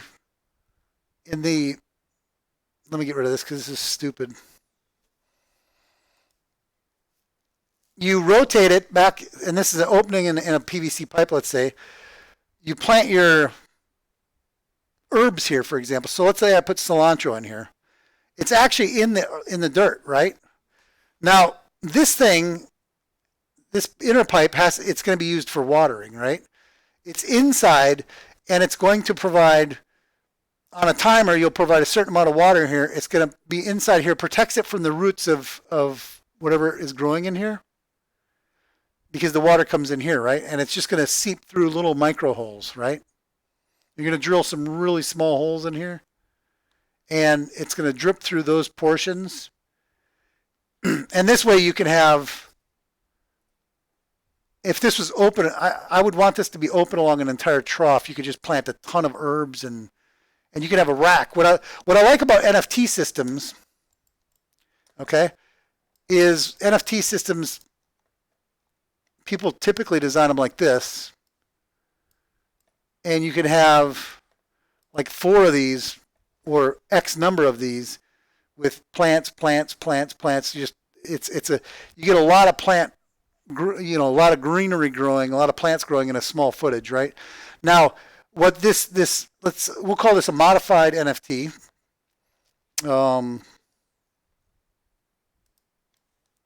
That's a good name for it. Because I should have a name for it, right? We'll call it a wicked NFT. Because the NFT is still here. It's inside of this little pipe. That's the NFT. Now, kind of. Yeah. That would work. And you would be growing in soil, which, again, this portion would not be true to the aquaponics. But if it grows better than NFT, why not, right? And this wouldn't be for big items. I mean, if this was a small pipe, you'd have to look at what the typical root growth was on various plants. And I mean, I don't know, maybe could you literally have a small bore pipe, like a 2-inch pipe with a 1/2-inch pipe, right? And or smaller than 1/2-inch. Could that work? And I think potentially it could, right? So we'll have to investigate that. That's another style of growing that I have to look at. So we got DWC, we got media grow beds, which requires that Hydroton. We have NFTs, which, do I need NFTs? What are you growing NFT? I still have to discover the answer to that. We have wicking, which we also have 5-gallon bucket with dirt, which is not hydroponic. Now, I don't know. I haven't seen potatoes grown in a media bed. I have not seen anybody growing potatoes in a media bed. So, but maybe. And then we have what I'm going to call a wicked NFT, which, whether this is truly wicked or this is a watered or whatever we want to call it. Yeah, whatever we want to call it, we'll call it that, okay? So, is that it?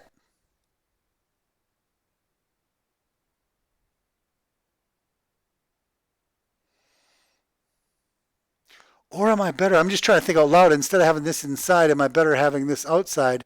That's another option. Let me draw that real quick. And then we're going to get off and finish up. I think I've covered everything. And this is just standard. Let me draw this. Yeah, I think that's better. That's a lot better. So no, not show shape sheet. My idea changed and it's not what it was anymore. Go figure. Format, line, text, line. Weight 0.02 PT period enter. Okay, so my new design I've evolved to is, oh my God.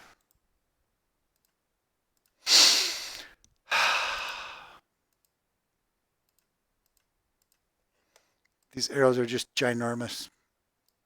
Okay, well, we'll leave it like that just because it has to be. Is we're going to have a pipe with water in it that's going to have little pipes coming off providing water at various places, okay? So it's not even going to be wicked anymore. It's just going to be watered the same way that you water Dutch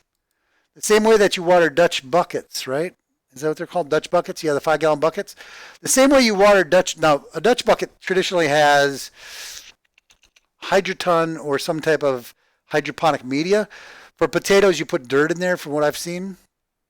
I'm saying with the NFT, you take the NFT pipe, you put dirt in it, and you just run another pipe along with it. You could literally cable tie that to it or glue it or whatever, screw it. Not screw it, but, and then off of this you would take, that's your water line, right? So that, there's nothing unique about that design at all. Okay, guys, with that, let me look at if I've discussed everything I meant to. We talked about bloodbath. We talked about geyser pumps. We talked about geyser pumps, and when I say we talked about geyser pumps, we've actually talked about what I'm going to call a CryptoPonics pump, okay? Which might be a unique item that has never been developed before. And as of November 20th, I have documentation that I had prior development on this and concept on November 20th of 2019 of this, and I've shown you my entire thought process through it. Yeah, I have to do all this testing because I really want to test the CryptoPonics pump to see how high I can lift with it before I do any of the actual procurement. Because if this CryptoPonics pump can lift 20 feet no problem, it changes my design, substantially, okay, efficiently. And again, my goal is to make this thing run more economically than an electric pump would run, okay? So that was the design. I went through all the calculations, showed you a bunch of that stuff. So what's left? So that was the CryptoPonics pump. Cone bottom vessels, we talked about that. I'm going to be getting a couple cone bottom vessels for brewing. If you want to volunteer, I went through the list again. Let's look through that list real quick. No, not here. You have to forgive me. Excel, people, somewhere in here was people. Okay, we're looking for all of these positions. So if you see CryptoPonics, you're watching the video, you get excited. I think I'm going to make another short video just on this. Okay, I like one of those like 1 minute or less videos, because people aren't watching these videos as long as they run, because they run too long and people get bored. Nobody has that attention mindset.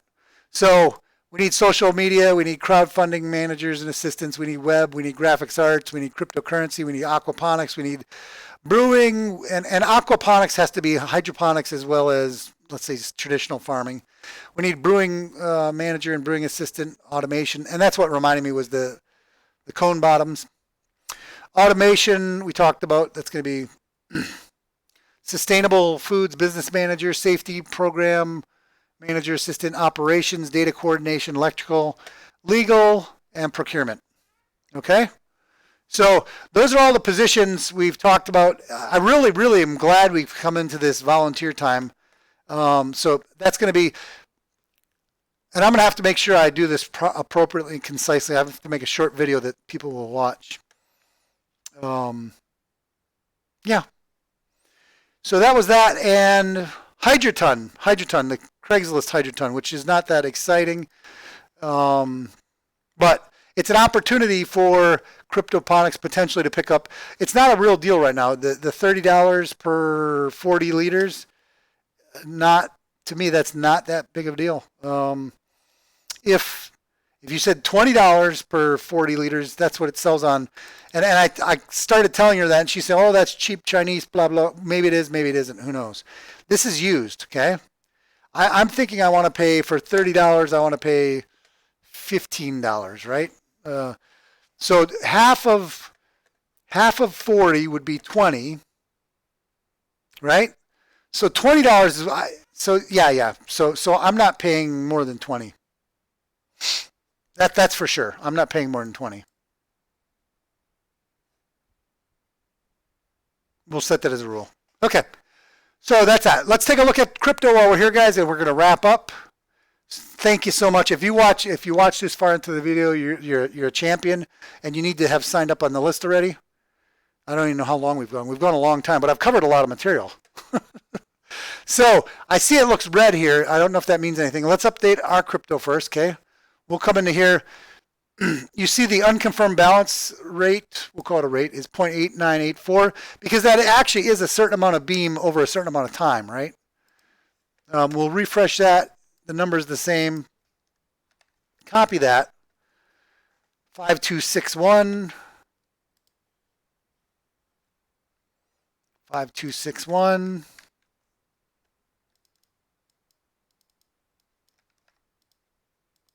Dear God. Okay, so let me show you this real quick. I just updated the, come on. Excel. Did I click it? It's there now? Yeah. So I just updated the calculator, or maybe I never switched over to the web.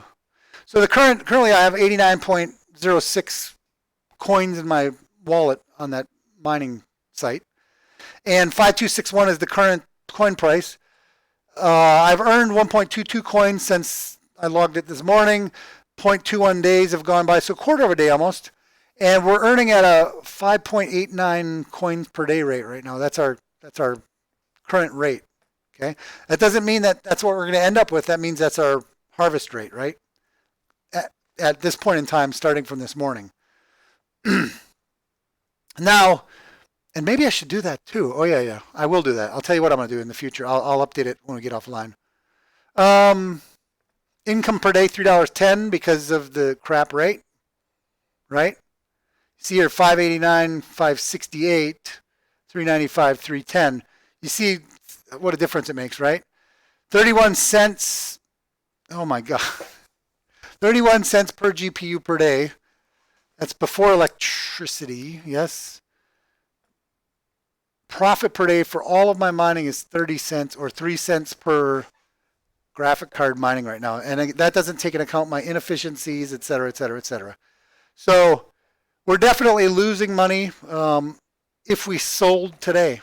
So this is a gamble. I'm rolling the dice. There's a gamble going on here. And my gamble is I started mining when I started mining Beam, it was $1.60 something per coin. Because of Bitcoin getting smashed, it's down to 52 cents. It's down to 50 cents per coin, right? Which is terrible. I'm gambling it's going to go back up. That's my gamble. And I'm hodling. I'm going to hodl all my coin until, until I become super mega wealthy.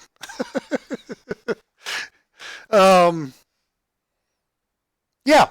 Okay, so that's the update on Beam.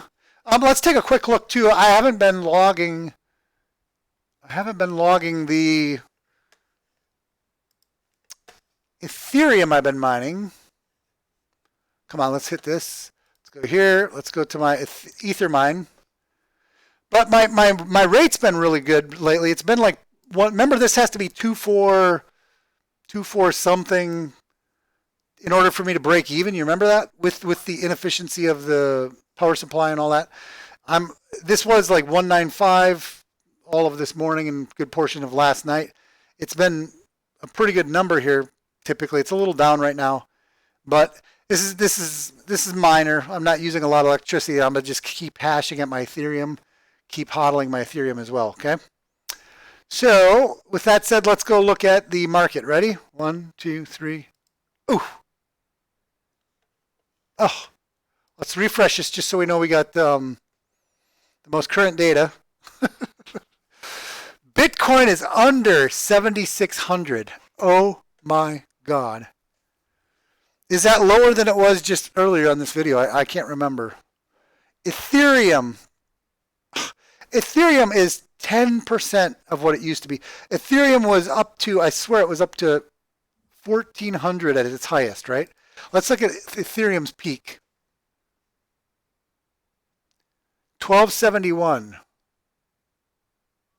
1271. It might have had a candle spike up to 1,400. That might be what I'm thinking about. But, okay, 1271, right? Ethereum is at Well, I'm on the same web page. It's almost at 10% of what it used to be. 10%. Imagine people that bought at $12.71 how they're feeling right now. I mean, you put in $1, you get 10 cents left. That's terrible. Bitcoin was what, 20-something thousand max? Oh my God. But that's a third, you know what I'm saying? And I guess I look at it, as long as you hodl, you don't actually, PayPal CEO quitting Libra. Look at that. PayPal CEO interview quitting Libra holding Bitcoin.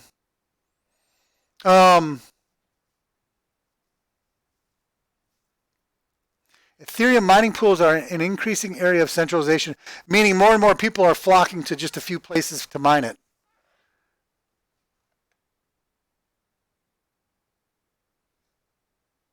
New bill would put Facebook's Libra stablecoin under U.S. securities law. The government does, I'm telling you, the government does not want crypto because they want to be able to print their own money. And once you have a crypto, they can't print it anymore. Okay? What happened? What happened? Anyway, markets crash after reports that Binance's Shanghai office closed in crypto crackdown. That might be what's going on here. After reports that Binance's Shanghai office closed in crypto crackdown.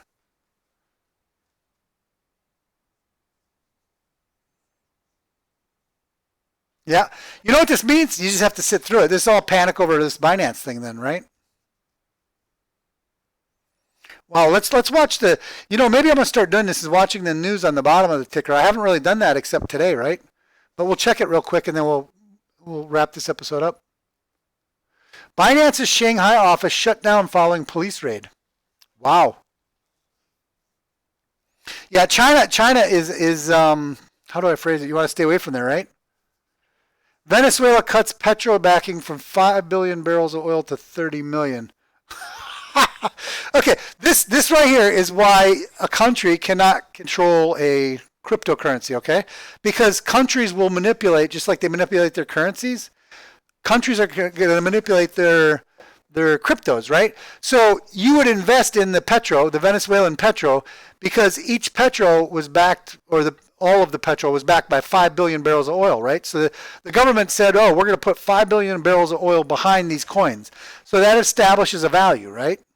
So now the government says, and this is the arbitrary shitness of governments, is they come in and they say, oh, well, we don't want it to be backed by 5 billion barrels of oil. We want it to be backed by 30 million barrels of oil, which is a factor of what? I mean, let's do that calculation real quick, right? Plus 5E9 divided by 3E7.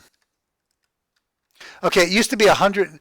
That's 166 times of what it used to be. So they reduced it by 166 times. That is absolutely. That's why governments, okay, guys, no government can have anything to do with a crypto because, oh, we're going to back it with 5 billion barrels of oil. Oh, no, we're backing with 30 million barrels of oil. Now, guess what happens to anybody that invested in that? The petro, the value of it just went down by 166. They're printing money is what they're doing. I'm so sick and tired of this. Okay. So now we kind of know what's going on here. I mean, this is China cracking down on Binance in China. They're raiding offices, and I mean, kind of like what they're doing in Hong Kong, kind of, right? And what was the other thing I saw that Libra was going to be? Libra was going to be what? Registered as a security. That the U.S. is going to vote. That I knew that was going to happen, but it's not just Libra. It's going to be all cryptocurrencies, right? Because once they do it to Libra, they're going to do it to all of them. Because what's the difference between Libra and Bitcoin? There's no difference. So now if you're buying or selling, and you know, it's got you have to comply with all the securities exchange, blah blah. Now the problem they're going to have is miners, right?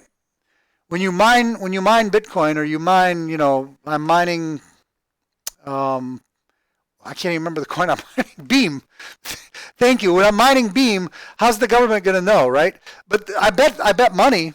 I'll bet you money what's going to happen. I can predict right now that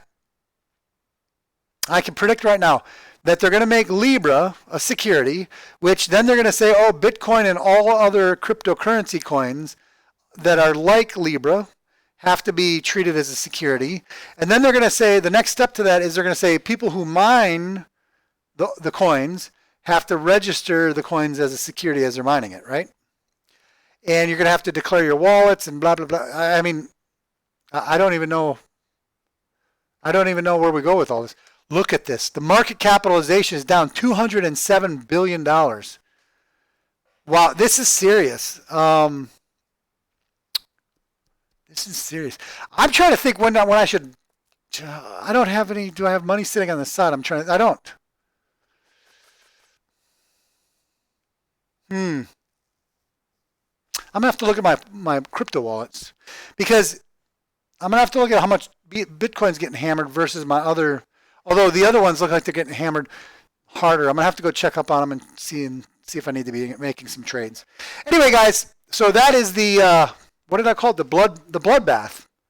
I'm surprised I didn't get a single viewer. I've been live streaming, and I didn't get a single viewer about the bloodbath, but we'll see what happens. And my channel's brand new. I'm gonna have to grow this channel and get new subscribers, right? So thanks for watching, guys. We will wrap this up. As always, enjoy when you're out there. Have fun, and make sure you're mining the crypto, harvesting the aquaponics, and drinking the beer. We'll see you guys later.